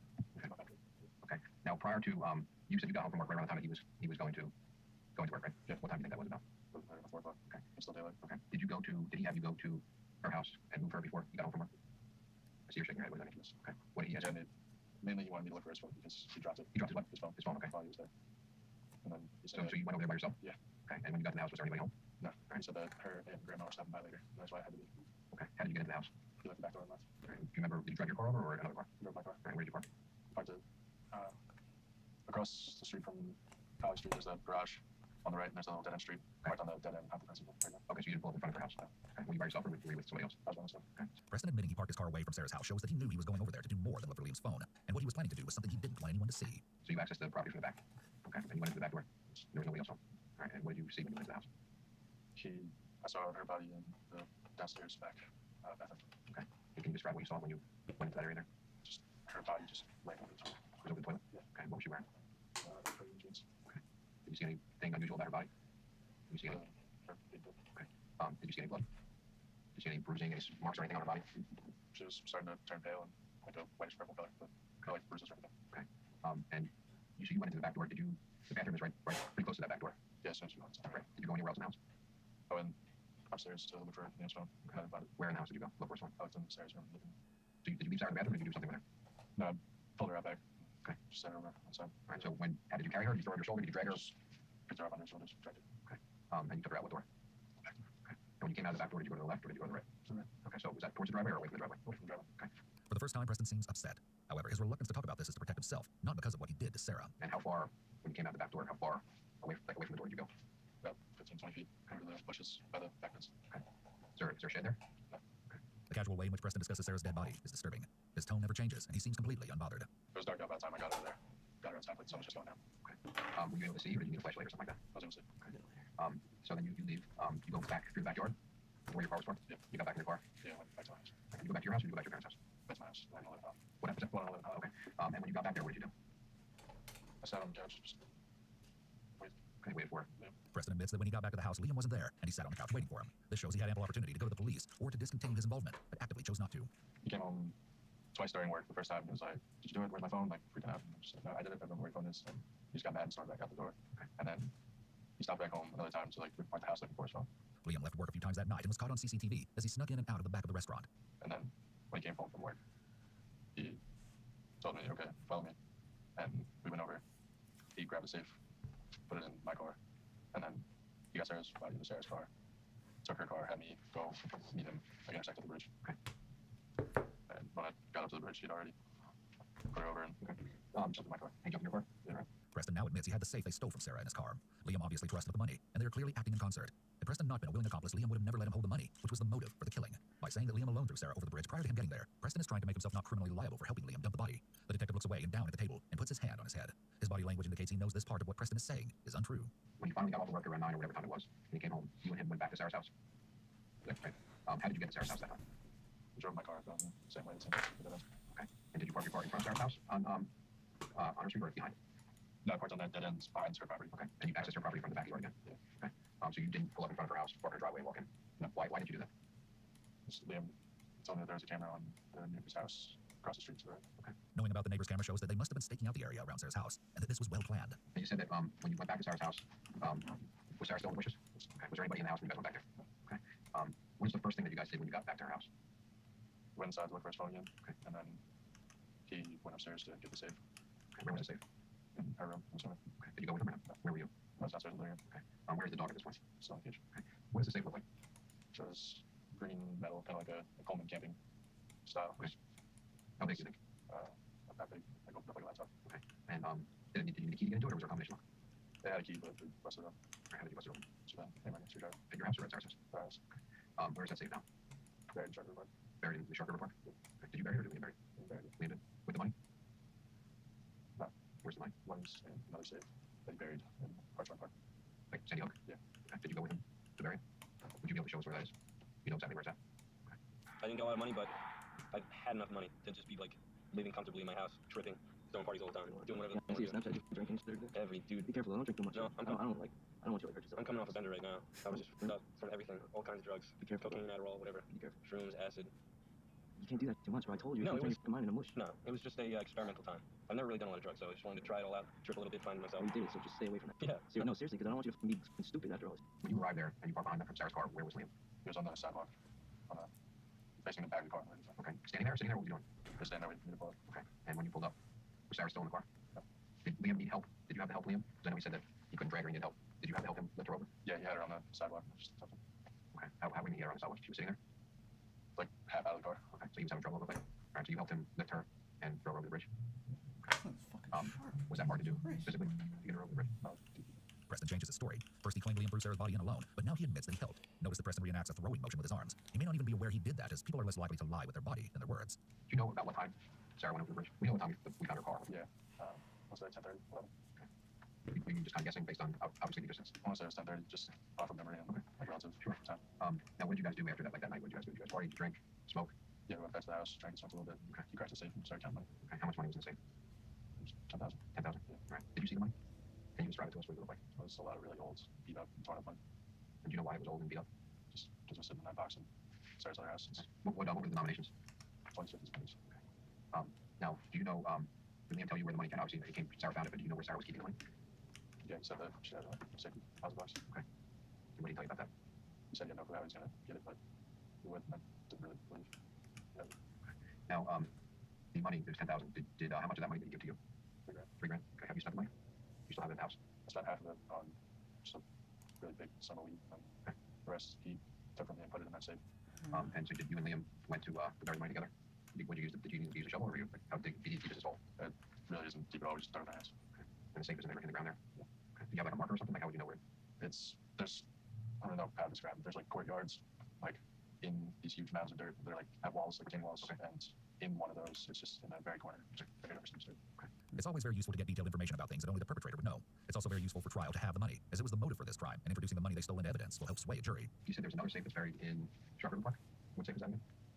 That was the safe that we got from Sarah, and that just has a few loose articles of clothing that they were all spoiled from strangled. Okay. Are they Sarah's clothing? Okay. When you say soil, what do you mean? He said that they were just doused in like vomit and urine. Okay. Did he tell you that Sarah threw up on herself? What did he tell you about that? He didn't really describe it too much. But he said that like when he did it, she just started vomiting and she herself. Okay. Did he change her clothing? Probably so. Okay. Do you know then the clothing that would be in that safe? Do you know like? It was just like a scarf. Okay. That she was wearing. The boy's actions of burying her soiled clothes show absolute callousness, and also how gruesome the killing was. Tell us what he told you happened when he strangled her. What was he doing there with her? How did they get there? What were they doing beforehand? That sort of thing. He told me that he was at her house. I don't know what the scenario was, but they were going to leave, and she led the way and just grabbed her from behind. And what are you doing? Before she went out the door. Okay, and before she went out the door, what did you do? Grabbed her, pulled her back, and strangled her. Did he describe it to you? Did he like tell you what happened? You know what part of his body he used to strangle her? Yes. He told you that? And where did he put his hands? I don't know. Did he do anything else there? Did he tell you that you assaulted her in any way? No. Liam and Sarah were friends for a long time, right? Yeah. How would you describe their relationship? They were like really good childhood friends up until high school, and then just kind of be distant. Did he ever hook up with her, go out with her, anything like that? Did he ever express an interest in doing that? Do you know if she liked him, like wanted to go out with him or anything like that? No. So I know you had said that he did this for the money. Did he think he was going to get $10,000, $5,000? How much money did he think he was going to get from this? All of it. What he thought was all of it was what he described as anywhere from like $50,000 to $5,000. What are the other reasons why he killed Sarah other than the money? Bleeding like Is crazy. there a thrill involved in it? Is it something he really wanted to do? No, it was just for the money. Yeah. And what did he need the money for? I remember just starting to move out, and he was getting tired of his job at Brennan's. So Did he owe anybody money? I thought I knew that. Was he having a problem? Like, was he concerned about paying rent? Like, was he worried about money? Just trying to get a feel for why. Not really. He had money in the bank at the time. Is he like the type of guy that's always down on like money, like doesn't have money, borrowing money from people all the time right now? No, he's always Always got on money. top of it. The detective is asking these questions to show how senseless the killing was, and that he didn't actually Yeah. even need money. Did you know when you went off to work that day or the night before? Did you know that this was going to happen? That he was going to do this? Had he been talking about it? Had he been? The first time he said it was just like we're with other people, and it just seemed like a joke. And then he mentioned it again, and then it was just that day. He was like, "Hey, I did it. I need your help." Okay. The detective is again trying to show premeditation so that first-degree murder can be charged. Let me ask you this. Do you remember when Liam laid it out for you that this is what I'm going to do? I'm going to go to the bank with Sarah. I'm going to go back to her house. Do you remember him saying that to you? It wasn't until the day of. It was just like, yeah. So the day that he did it? Yeah. Did he tell you beforehand or he told you after? He told me like while it was going on, like while he was with Sarah. So you were talking to him? I was at work, and he had said he's with Sarah, and he thinks that this might be his chance. Did you ask him any questions about it? No. Did you know what he was referring to? Yeah. The detective has built a very strong case against Preston by asking him specific questions concerning his knowledge of the crime. Were you supportive of him doing this so you could get someone? Notice the extensive pause Preston takes before answering this question. A few words, okay. I didn't really think that happened. So I actually did. The detective tells him if he supported Liam's actions, it's okay, as he can see Preston is having a hard time admitting he was okay with it. Preston just says, it happened. That's contradictory to all his previous statements that show this had been discussed and planned for months. When Liam came home from work that night, how did he look to you? He was sober, right? Yeah. Was he up, drunk, high? No, he was completely sober. What's that? He was completely sober, just really frantic. So do you think during the day, like he was sober when he did this and just went to work and came home and then that's when you guys started partying and hanging out? I just smoked a little weed during the day, but He seemed fine to you when he was coming home from work to check to look for his phone. He seemed okay to you?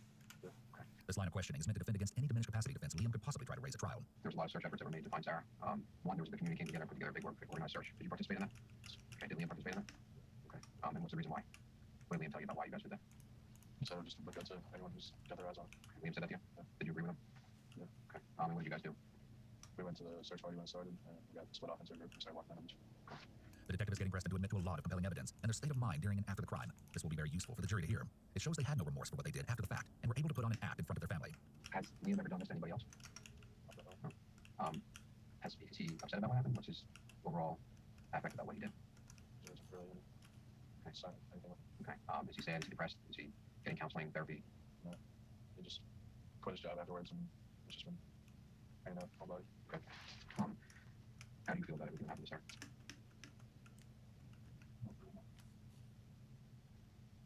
You upset about it? Yeah. Do you think about it? Has this been weighing on you? I know this isn't easy for you right now. What do you think about? I think about what it means for me if they would come back to us. Did you think it was going to? They did a pretty good job of convincing me that she covered everything up. Just went along with it. Has he spoken to you about it? I don't think obviously you guys talk about it every day, but does he tell you that he's upset about it? Does he tell you that he regrets it? Does he say anything like that? He doesn't say anything about it. Have you noticed a change in his demeanor or his attitude? Or is he just going on with his life like normal? He's going on with it like normal, but he's definitely just got like I don't know, more of an ego. Where can he go? Yeah. It's really helped me out most. The detective is trying to see if Preston has the capacity to show any emotion or remorse for what he and Liam did. He has shown almost no affect whatsoever during this interrogation. Preston only discusses his concern about getting caught and is solely focused on how this crime could possibly impact him. He doesn't even mention Sarah or her family. Preston displays the traits of a narcissist and possibly a sociopath, having more of an ego since the murder but otherwise acting normally, indicates that Liam is likely a psychopath and definitely a narcissist. Liam being arrogant about this crime is a sure sign of a serious personality defect. I've done acid once, and I had a bad acid trip. Yeah, don't. I don't know. I did acid, and the cops came and took Preston to interrogate him. So you on acid? I was on acid, and first of all, I come out of the shower. Preston's mom's on the couch talking to him. They're all like secretive. And I just go in my room and freaking out, like, what the f is she doing over here? She leaves. Next thing I know, the entire Belmar police force is at my door taking Preston away. Like, I thought they were arresting him. They were gonna get. He was gonna tell them everything. You didn't say a word. He didn't say anything. And I was losing my shit when I was tripping. Like, Hey, you're that was- scared. That's not a good. That's not a good aim. You gotta stay away from that. yeah. Where was Liam's phone? You said he lost his phone. Where was that phone? He said he found it in the driveway. Did he find it or somebody found it? He said he found it in the driveway. Now did he? When do you know when he? No, Mahoney said he found it in the driveway. It was the next morning he got back. Okay. And say Mahoney, the detective from Belmar. Hang out here. We're just gonna take a quick break. Make sure we don't have any other questions for you. Okay. You want water? Want a bottle of water or anything? Okay. Got it. We're back. I would love. Oh. Preston puts his head in his hands and leans down on his knees, which shows a sign of resignation and exhaustion. Suspects will often cry or show emotion once left alone in the interrogation room. Preston still shows almost no emotion and appears pensive and almost looks bored. Preston begins drumming his hands on the back of the chair. This may be a sign of stress and self-soothing, but comes across as very strange after he just confessed to conspiring to rob and kill his friend and helping to dispose of her body. He begins to loudly bang out a song with his hands on the chair legs for the next few minutes. It's rather eerie to watch.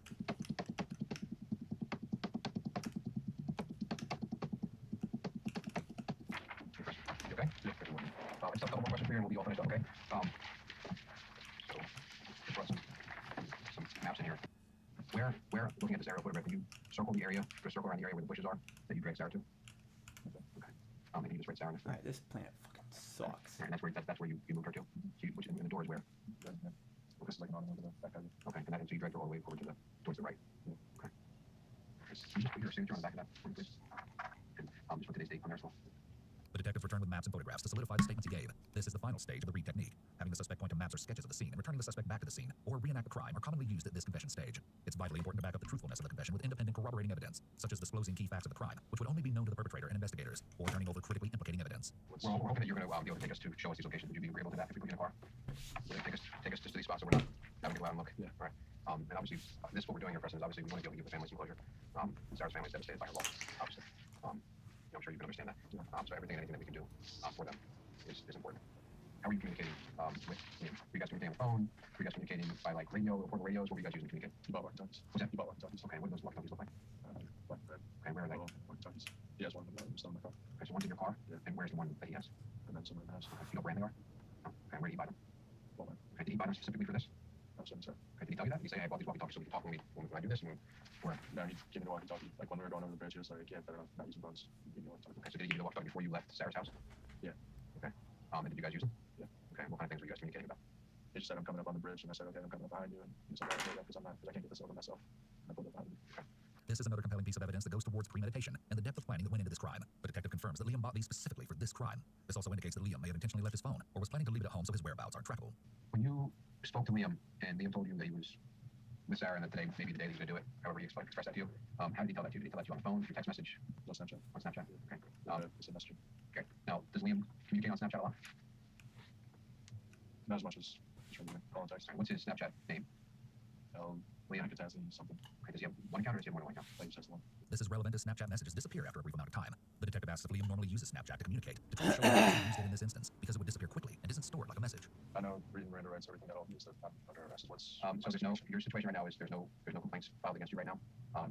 After we're done talking to you, basically what happens is we'll have to consult with our supervisors and we'll have to come to a decision from a legal perspective. And the assistant prosecutor will make a decision as to what charges would be filed against you. Okay. You've been And today. We appreciate that, Preston. I know this wasn't easy for you to do. I think you understand that what you did today was a very positive thing. Not only for yourself because you've been carrying this burden and you've been walking around every day since this happened with this weight on your shoulders. I look at you today, and I remember seeing you on December 7th when I spoke to you, and you look like a different person. I would imagine you have some relief. I can't imagine what it must feel like every single day waking up in the morning, especially knowing that you have a sister. Looking at yourself in the mirror every day, I'm sure was not an easy thing for you to do. Am I right? I can tell you, I think you did the right thing here. I feel like you wanted to do the right thing in December when we spoke to you. I remember looking at you. I remember how upset you were that night. Right? I think you're a young guy, man. You're 19 years old. I think you have many years ahead of you. You have a long life ahead of you. And I think by doing this, you're able to put yourself in a position where you'll be able to move on. Help you feel that way. We appreciate, as I said to you earlier, your cooperation. And when we saw you earlier today till we brought you down here, you've been nothing but respectful and cooperative, and we appreciate that. It was the same thing when we spoke to you out in Belmar. All right. The detective knows he has enough to arrest Preston at this point, but wants him to cooperate and take them to the crime scene. So he makes it seem like this decision has not been made yet. The reality is that his arrest is not a question of if, but when. The detective is trying to elicit emotion from Preston by mentioning his sister and how much of a burden this must have been for him to carry around. Preston has given them a solid case, but he may be needed to prove the case against Liam. His cooperation could benefit him if he will testify for the state. If the state needs an accomplice to convict the main actor, they will often give them a lighter sentence in exchange for their testimony in court. Would you be able to bring us to where Sarah's body is, Preston? I don't know where her body is, but And you already explained to us where she was thrown over the bridge. Yeah. All right, we appreciate that. Let me just go get our cars ready and we'll take a ride, okay? All right, thank you very much. I appreciate it. All right.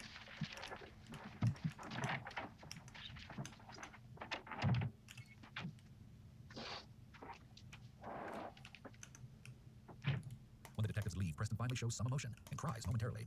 This appears to be out of stress and because he knows he will likely be arrested since he already asked about that. Preston never says anything about regretting what he did or express any kind of remorse. It's disturbing that he could do this to a childhood friend and a person he took to prom over some money. He had ample opportunity to report Liam, as well as the opportunity to discontinue his involvement. Preston made decision after decision to continue with crime. Liam is the mastermind behind this, but Preston was intricately involved. It seems unlikely Preston would have done something like this without Liam, whereas Liam seems like he would have done this no matter who was or wasn't involved. Following the interrogation, the detectives take Preston to exactly where he and Liam threw Sarah's body off the bridge and into the river. Note the eerie and emotionless way Preston reenacts how he helped Liam lift her body and throw it, even miming the motion with his hands. My name is Detective Ryan Weisbrot with the Mount County Prosecutor's Office, currently located in my county of vehicle parked behind the Neptune City Police Department. Present in the car is Detective Nicholas Catalano, the Mount County Prosecutor's Office Forensic and Technical Services Bureau, along with Preston Taylor. Why is it Preston like Taylor's this? attorney, John Perone. What was the purpose of traveling to the bridge? to dispose of Sarah's body, throwing it off of the bridge into the marina. And what was your route of travel from Sarah's house to the Route 35 bridge? I made the right off of Midwood Street onto Steiner, straight to the intersection on 35, and made a left and continued straight to the Belmont Bridge. Okay. And are you aware if Liam traveled to the Route 35 bridge on the same route that you took? Now he took another roundabout way to avoid being seen on any storefront cameras along 35. Okay, Preston, we are currently approaching the base of the Route 35 bridge on the Neptune. Can you please identify the location where Liam had parked Sarah's third vehicle on December 2nd, 2016? Yeah, right over here. Now I'm pulling my vehicle off the shoulder of the roadway. Liam had lifted Sarah's body by the shoulders and gotten her partially up onto the curb, where I then grabbed her by the legs. He... Hold on. What is this?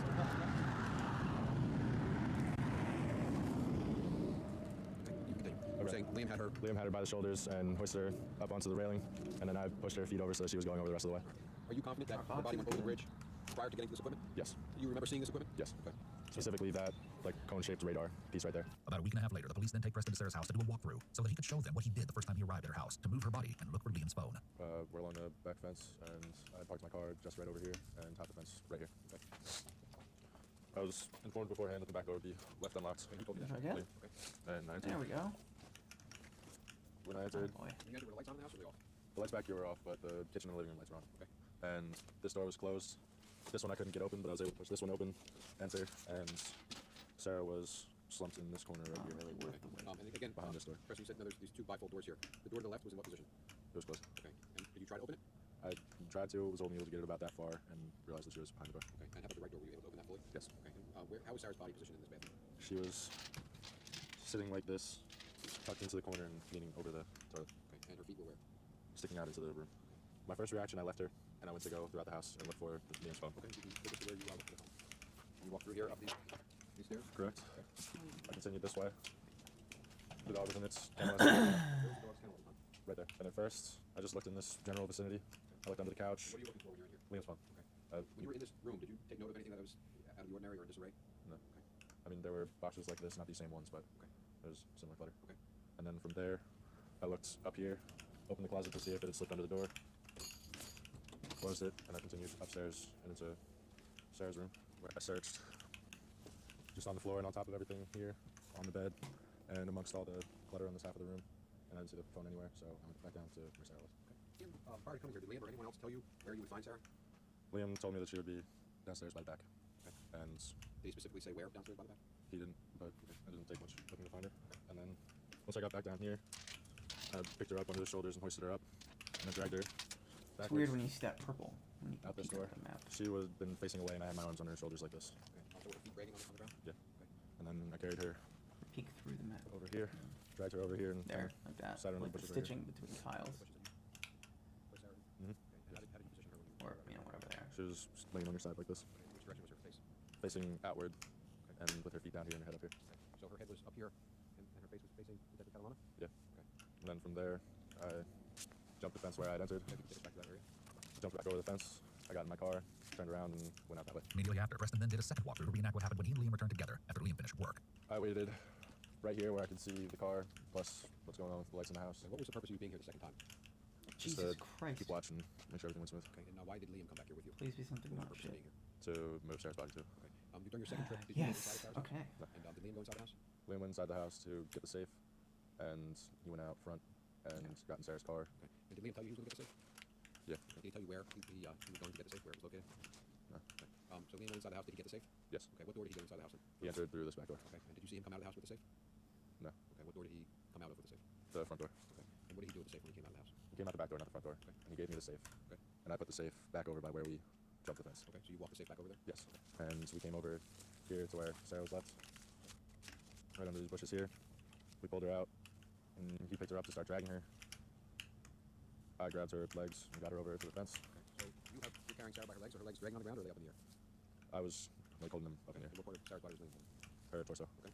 And carried her No, no. over to this fence near the safe was, hoisted her up and over, threw the safe over, the two of us jumped over, and I got in my vehicle, and Liam got in Sarah's vehicle. Okay.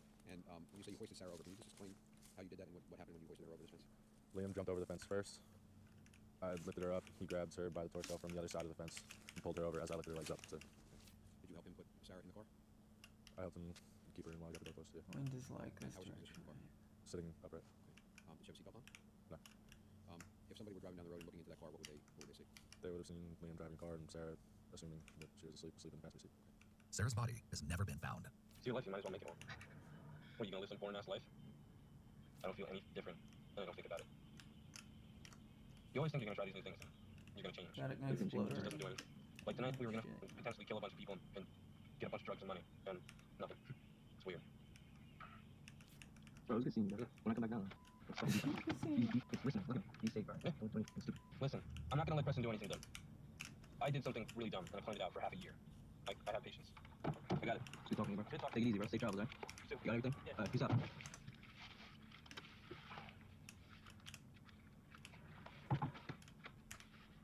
What's up? I don't know where my keys are.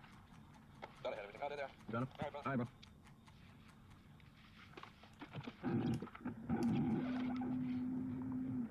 Liam McCatasney was charged with first-degree murder, first-degree felony murder, first-degree robbery, second-degree conspiracy to commit robbery, second-degree disturbing or desecrating human remains, and second-degree hindering apprehension. Liam's attorney tried to have the secret recording where he confesses excluded from evidence at the trial. They argued that the friend who made the recording was acting as an agent of the police, and if you remember, Liam was represented by an attorney at the time, so therefore he should not have been questioned about Sarah. The video was still shown in court. Preston took a plea bargain and agreed to testify against Liam. He said that Liam claimed Sarah had the type of money somebody would kill for, and that he originally planned to get her drunk and take the money. During his own trial, Preston apologized for his part in Sarah's death, though he addressed his statement to Mr. Stern and all those who had the blessing of knowing Sarah. Sarah's father didn't want to hear anything Preston had to say. As he spoke, Michael walked out of the courtroom with his girlfriend, Christine Eggert. Preston also apologized to Sarah and called her a very beautiful young woman who didn't in any way deserve the end you met. Her father only returned once Preston was done talking. In 2019, Preston Taylor was sentenced to 18 years in prison. He must serve at least 85% of the sentence, about 15 years, before he can be considered for parole. Also, in 2019, then 21-year-old Liam McCatasney was convicted of Sarah's first-degree murder, conspiracy, tampering with evidence, and sentenced to life in prison without parole. He also received an additional 10-year sentence for the desecration of human remains that will run consecutively to his life sentence. He will never get out of prison.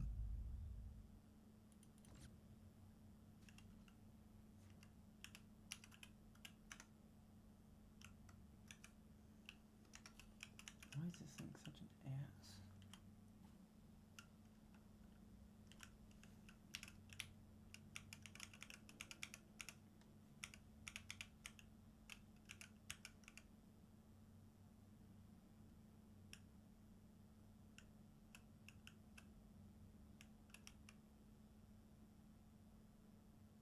Why does it want to do this?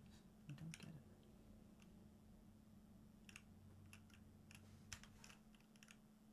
Because that one's kind of fucked up. Oh, I see. It's not dead.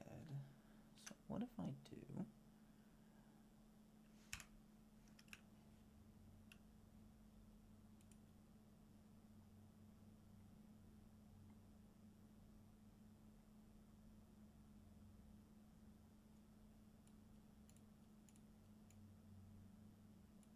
Alright.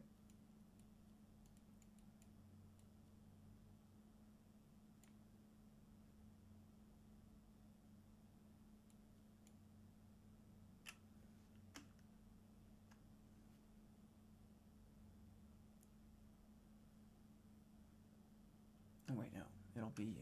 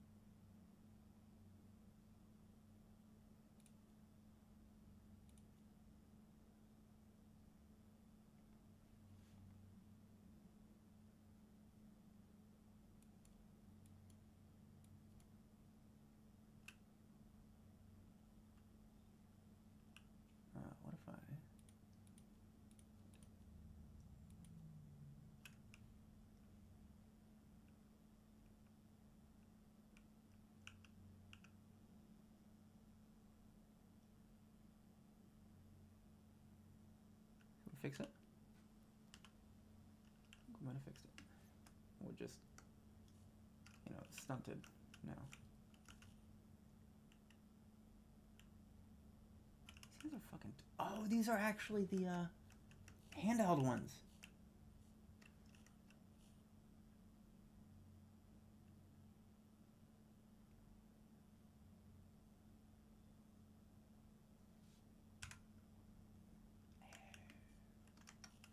Yeah, I've never seen those before. I'll be honest.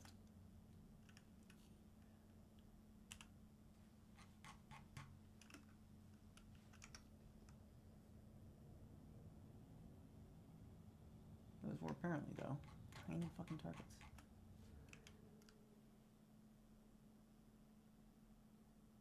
Ox.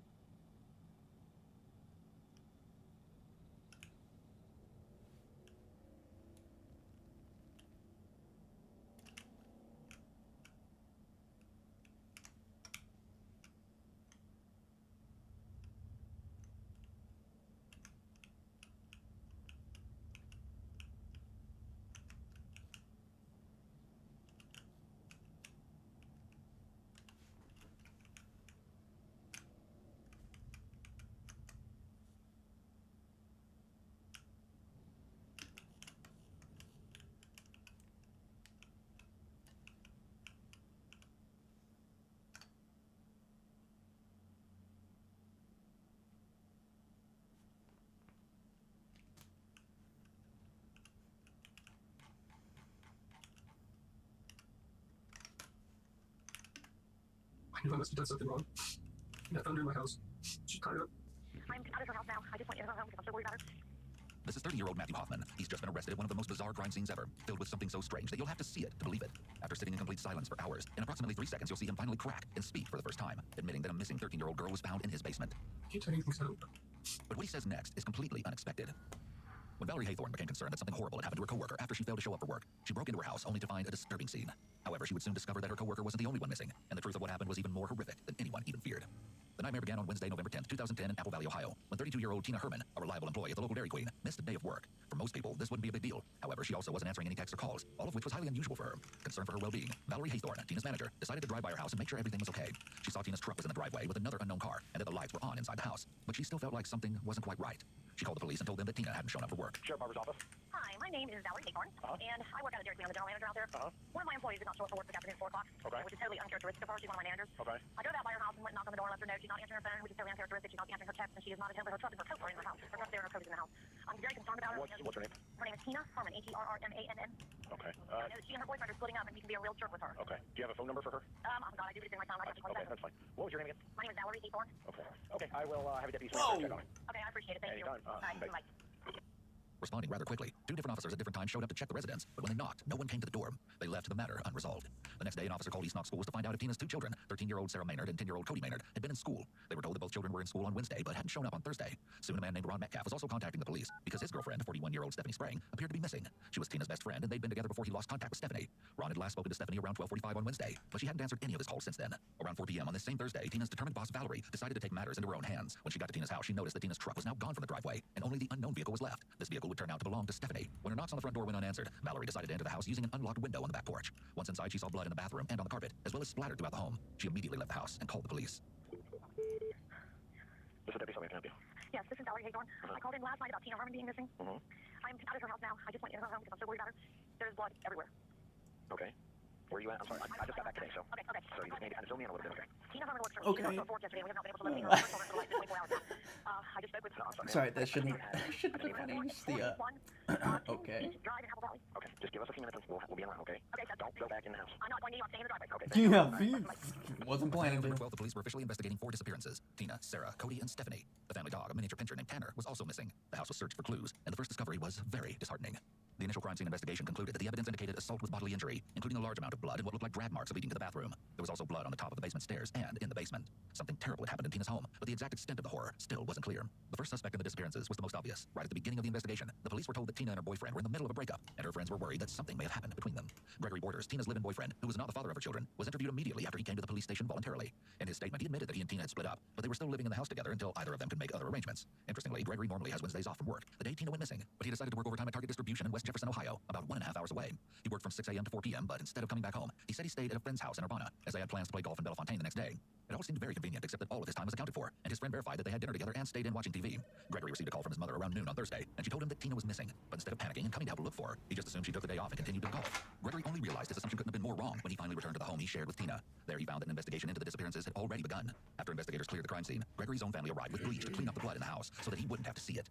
With Gregory cleared, investigators had to move on to other leads. The next development was on that same Thursday when Tina's vehicle was discovered abandoned in the campus parking lot of the nearby Kenyon College, with no sign of her or anyone else. But it was something at the crime scene back at Tina's house that soon became the most promising piece of evidence. Investigators found Walmart shopping bags containing 2 tarps and a box of heavy-duty trash bags. Now, that's not a good sign at all. But in this case, it was also the investigation's big break because, along with the shopping bags, they also found a receipt for the purchase. Detectives wasted no time requesting the surveillance footage from the Walmart in Mount Vernon and began scouring it for someone making the suspicious purchase of garbage bags and tarps, along with a turkey sandwich and a t-shirt which was seen on the receipt. It wasn't long before they found him, buying the items just after midnight on Thursday morning. Just to be sure they had the right guy, investigators obtained a copy of the receipt from the suspicious transaction and compared the product codes with the receipt they found at the crime scene, and they matched. The suspect was a white male, 25 to 40 years old, with brown hair, wearing a camouflage shirt and glasses. He was caught on the footage leaving the Walmart in a silver Toyota Yaris. Using still images of the suspect, the investigators used the Ohio Law Enforcement Gateway to search for any owners of a silver Toyota Yaris. It was then that they found a name, 30-year-old Matthew J. Hoffman. His vehicle appeared to match the surveillance video, and in his Ohio BMV photo, taken only 16 days before the Walmart footage was caught, he was even wearing a camouflage shirt similar to the one in the video. Obviously, the police knew they had to talk to him, but Matthew had 2 possible addresses. One belonged to his mother, Patricia Heglin, and was only 0.4 miles from Tina's home. The other was registered under his name and was only 10 miles from Tina's. If there was any doubt that Matthew was the right guy, a search of the Knox County Sheriff's Office revealed that he had actually been stopped near where Tina's van was found within the same hour that it was discovered. An officer had stopped him to ask why he was in the area, but believing nothing was amiss, let him go. The Sheriff's Office also revealed that there was also a report of domestic violence between Matthew and his then living girlfriend that occurred about 1 month before the disappearances. During an argument, Matthew allegedly choked his now ex-girlfriend. It was also discovered that following the breakup, Matthew had just recently been fired from his job as a tree trimmer for apparently making his supervisor uncomfortable. His ex-girlfriend was contacted, and she told the police that Matthew no longer lived at his mother's house and hadn't for several months. Finally, the police knew where to look for Tina, Sarah, Cody, and Stephanie. Once search warrants were obtained just 3 days after the disappearances, a SWAT team descended on Matthew's home. Because they weren't sure if Matthew had kidnapped the 4 people, they conducted a no-knock search and used a ram to force entry through the front door. They then threw in a flash grenade before they entered the home. What they found was more bizarre than they could have ever expected. Matthew was asleep on the sofa. He resisted a little by not showing his hands when asked, but he was quickly arrested and removed from the home. As soon as he was taken care of, officers noticed something particularly strange about the house. There were leaves everywhere.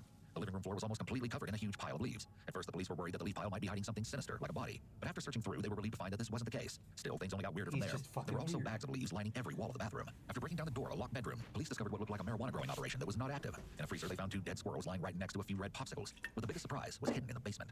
A cabinet was blocking the doorway, but once moved, an officer discovered Tina's daughter, Sarah Maynard, lying on a sleeping bag on top of a pile of leaves in Matthew's basement. Her feet and hands were bound with yellow rope and duct tape. Alongside her in the basement were more trash bags filled with leaves. Thankfully, Sarah appeared to be unharmed, but she was wearing a makeshift diaper made from a plastic bag. As officers approached her, she was very confused and told them that she was late for school and kept asking if they knew anything about what happened to her dog, Tanner. Sarah was likely in shock or possibly dissociating. When something very scary or traumatic happens, someone may dissociate to protect themselves. They may feel disconnected from what is really going on or as though they're in a dreamlike state because reality is too difficult to face. Have you ever gotten in the car to drive home and then suddenly you realize you're almost back, but you don't remember the drive? That is a very mild form of dissociation.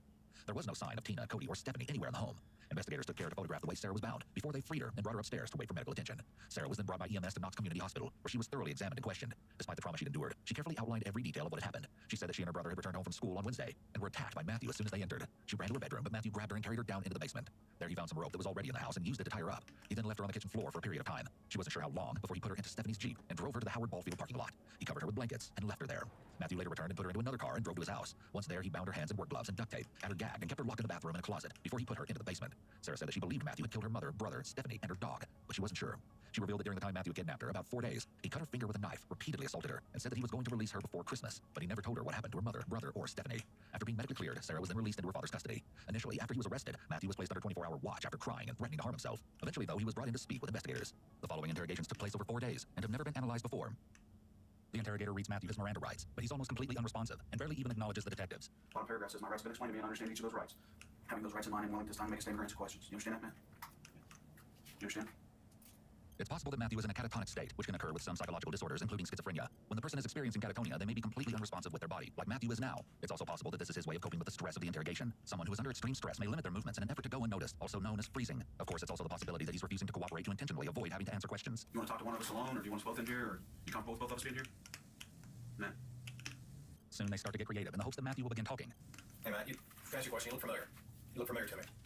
You, work out at the gym?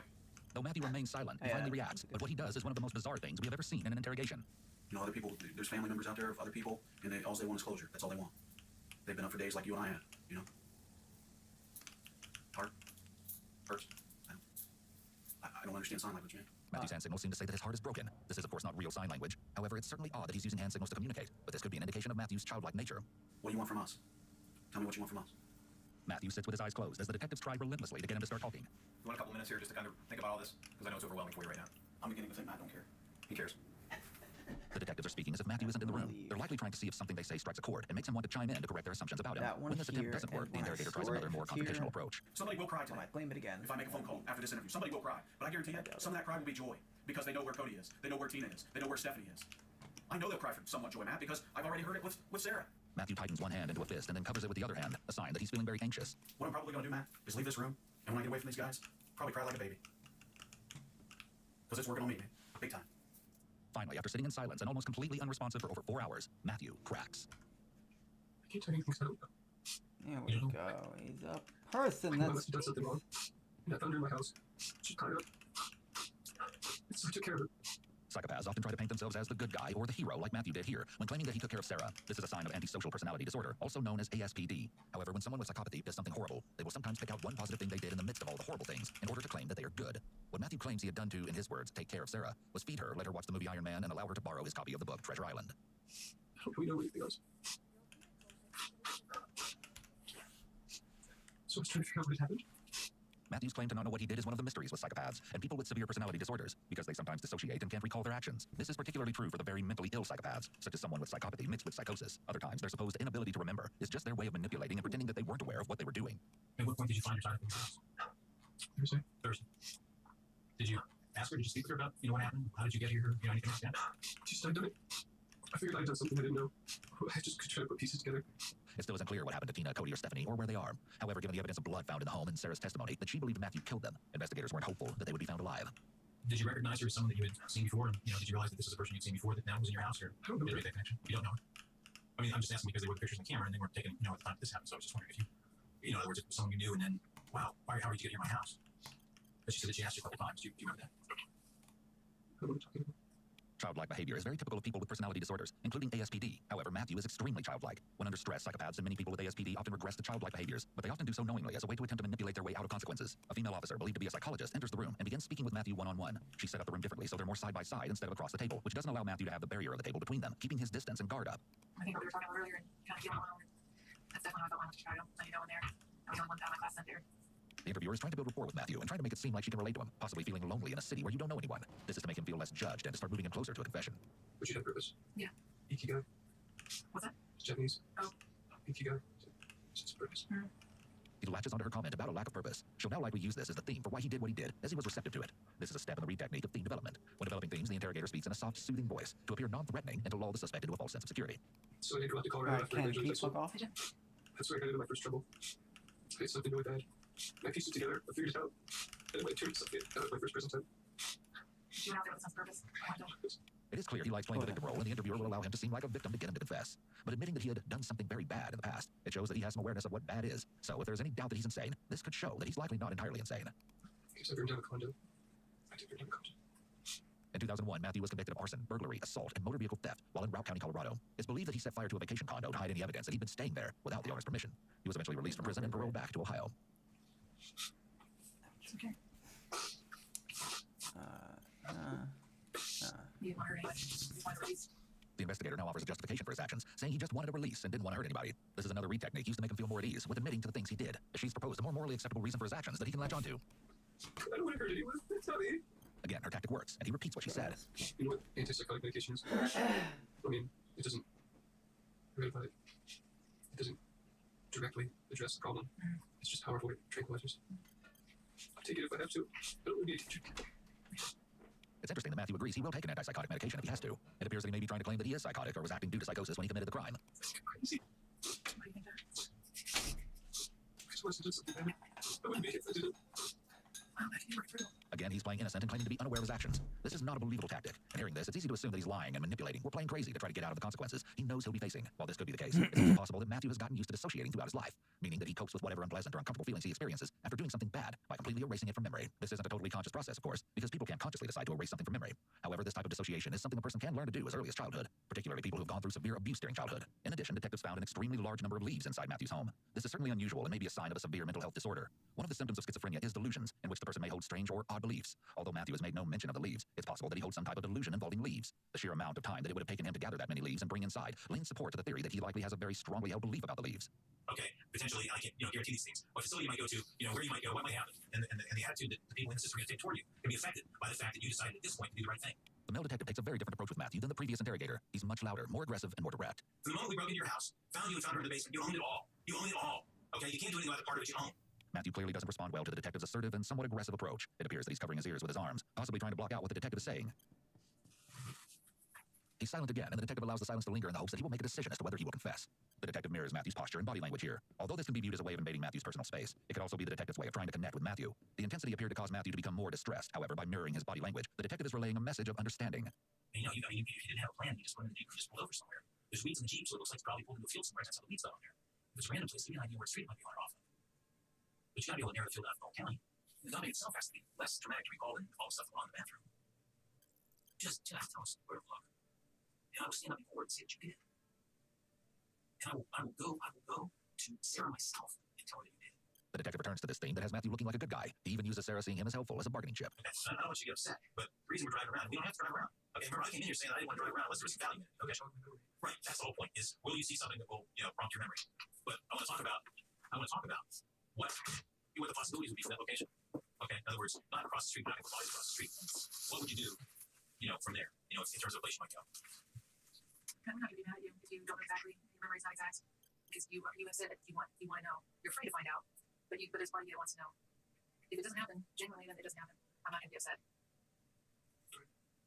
Matthew seems to like the attention and pampering he's receiving from the detective and the psychologist, who are treating him with care and catering to him as they try to locate the bodies.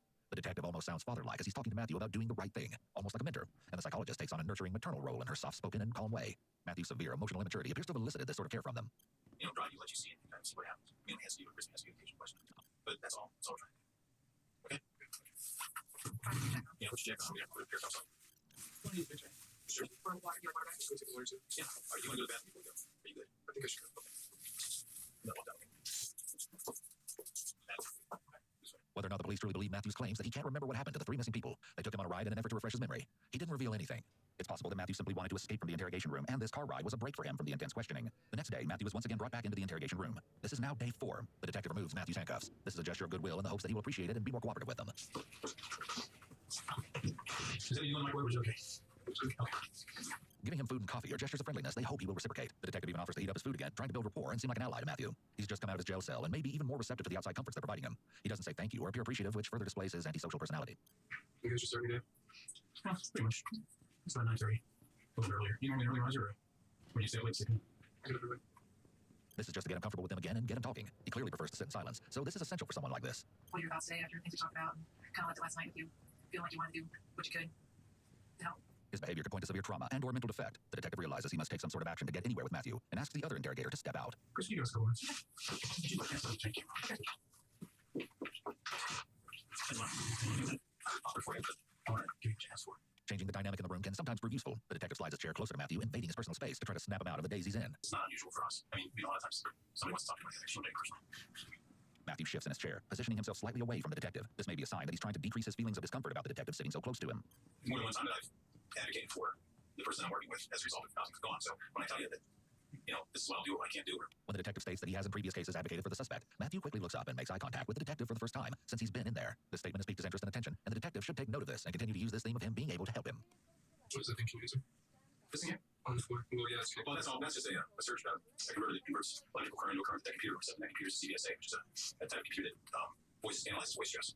It's kind of one of the newer types of lie detectors that they use. So isn't that a microphone? No. Despite Matthew appearing to be in a daze the majority of the time, this question about a microphone shows that he's aware of his surroundings, and he likely has some sort of plan, which is why he's wondering if he's being recorded. He's likely not as lost and distraught as he's presented to be. What's the thing, wrinkle? Just leave it there. Matthew continues to delay as he keeps discussing things that aren't relevant, and then asks to use the bathroom. This coffee's kind of getting you food in the bathroom. Yeah. Right. No. You're trying to overpower me, take my gun or anything, right? No, you might. If you want to, you can. Okay. The detective is careful to not turn his back on Matthew, just in case he snaps and tries to attack him, especially after the comments about the gun. You can even put this on if you want. Okay. Can we go to this? Yeah. Talking about the gun and offering to have the cuffs put back on is a very unusual interaction, to say the least. It could be that Matthew might be aware of his own impulsivity. Perhaps he doesn't trust what he might do in a moment of impulse. The detective took Matthew to a restroom just down the hall from the interview room.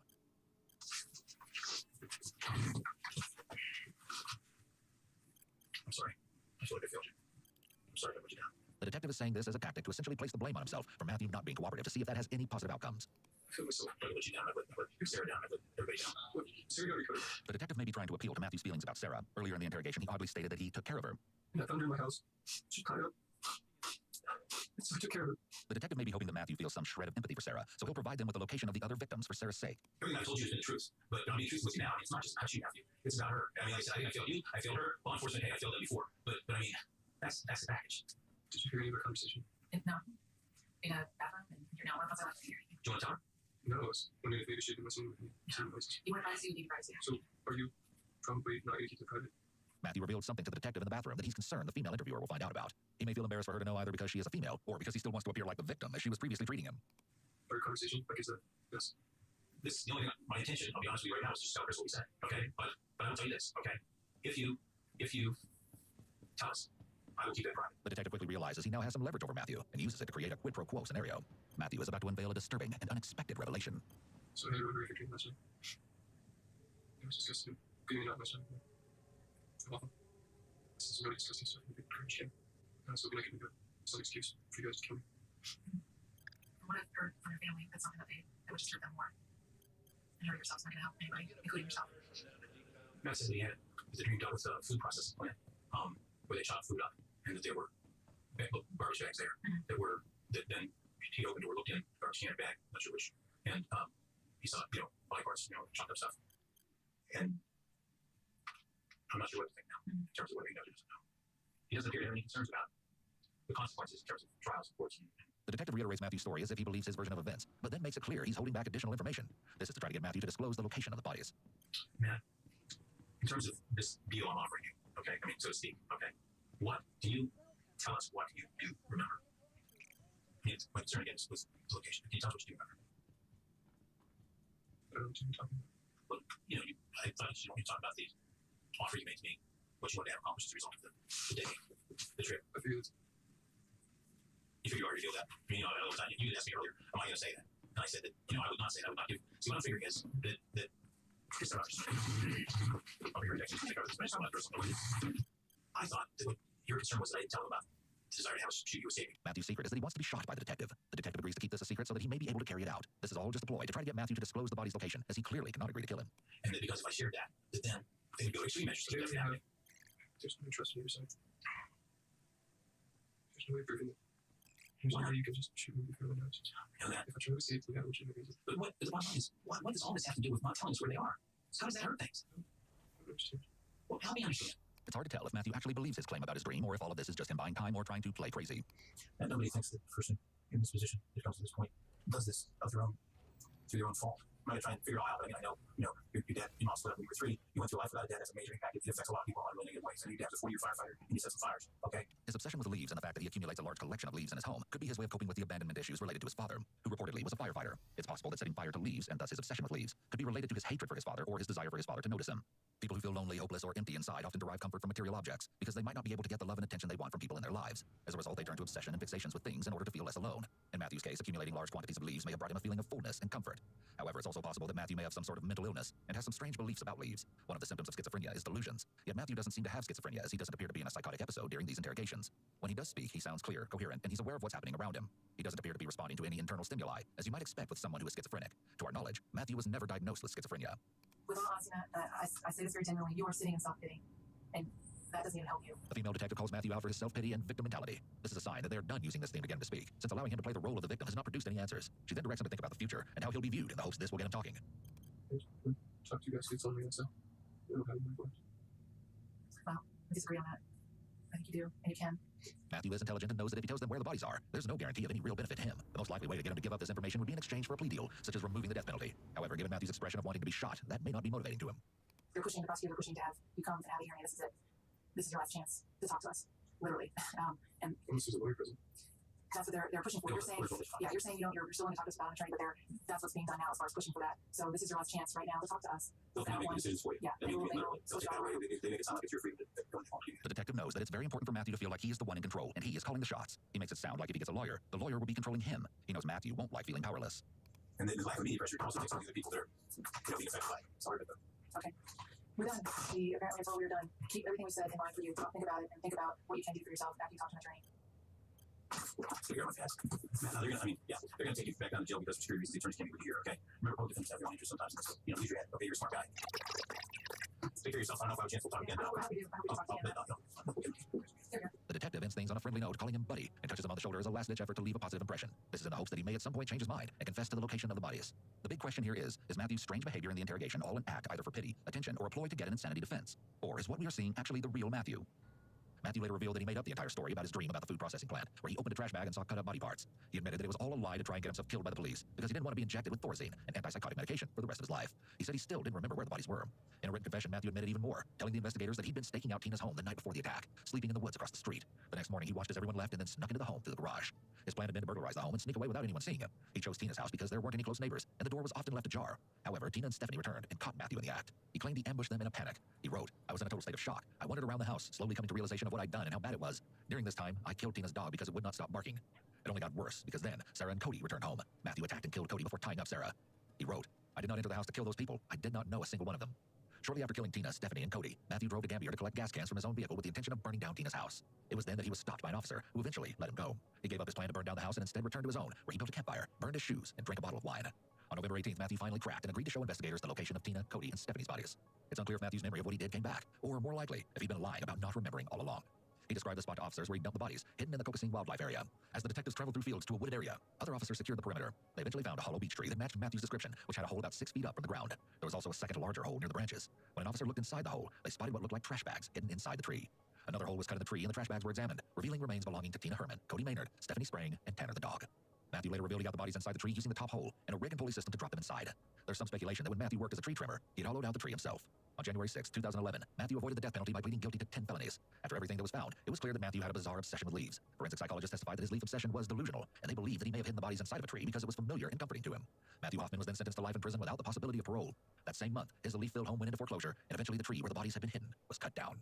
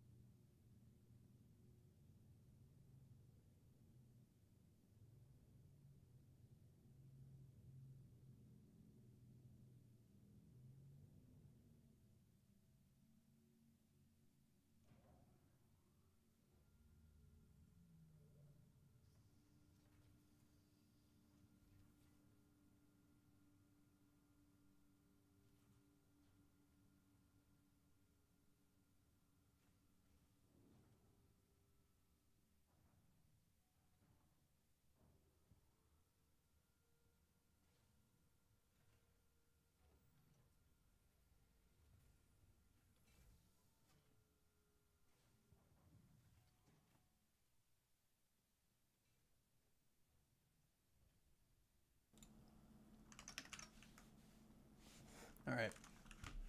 Finally get to find out. This is the only fucking money I made today. I bought some shit. I got some better mining gear.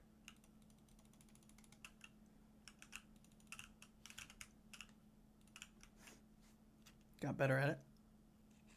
Got the better modules for it. Etc. Died a bunch. It's okay. Discovered smaller rocks. Sorry, smallest rocks.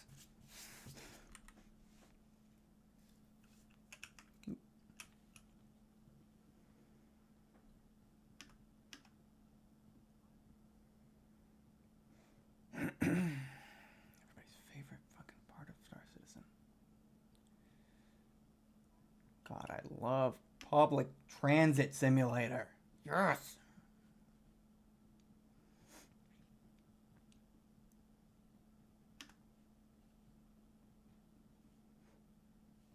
And parkour.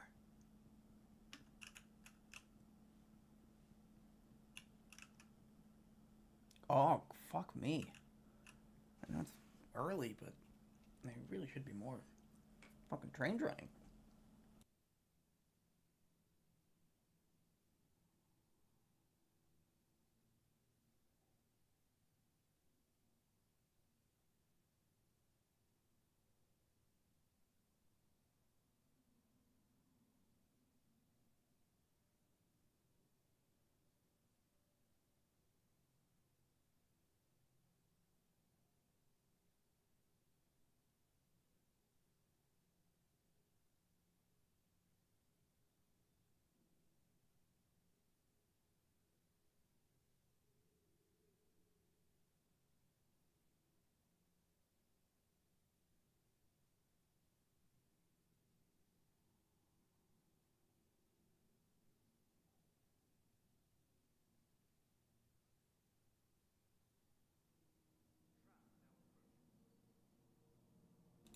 And finally.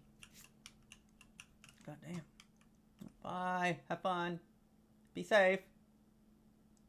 Wear protection. And a helmet. And your knee pads.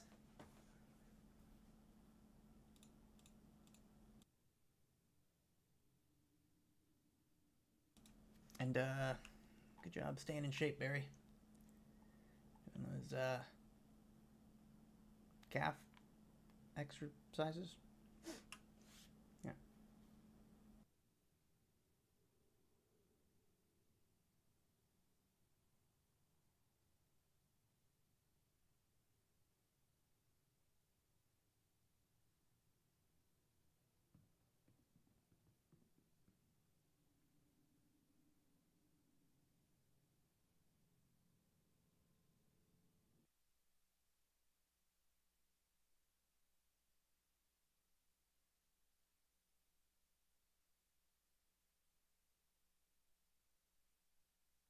Shoot. Didn't realize I was muted. That's awesome.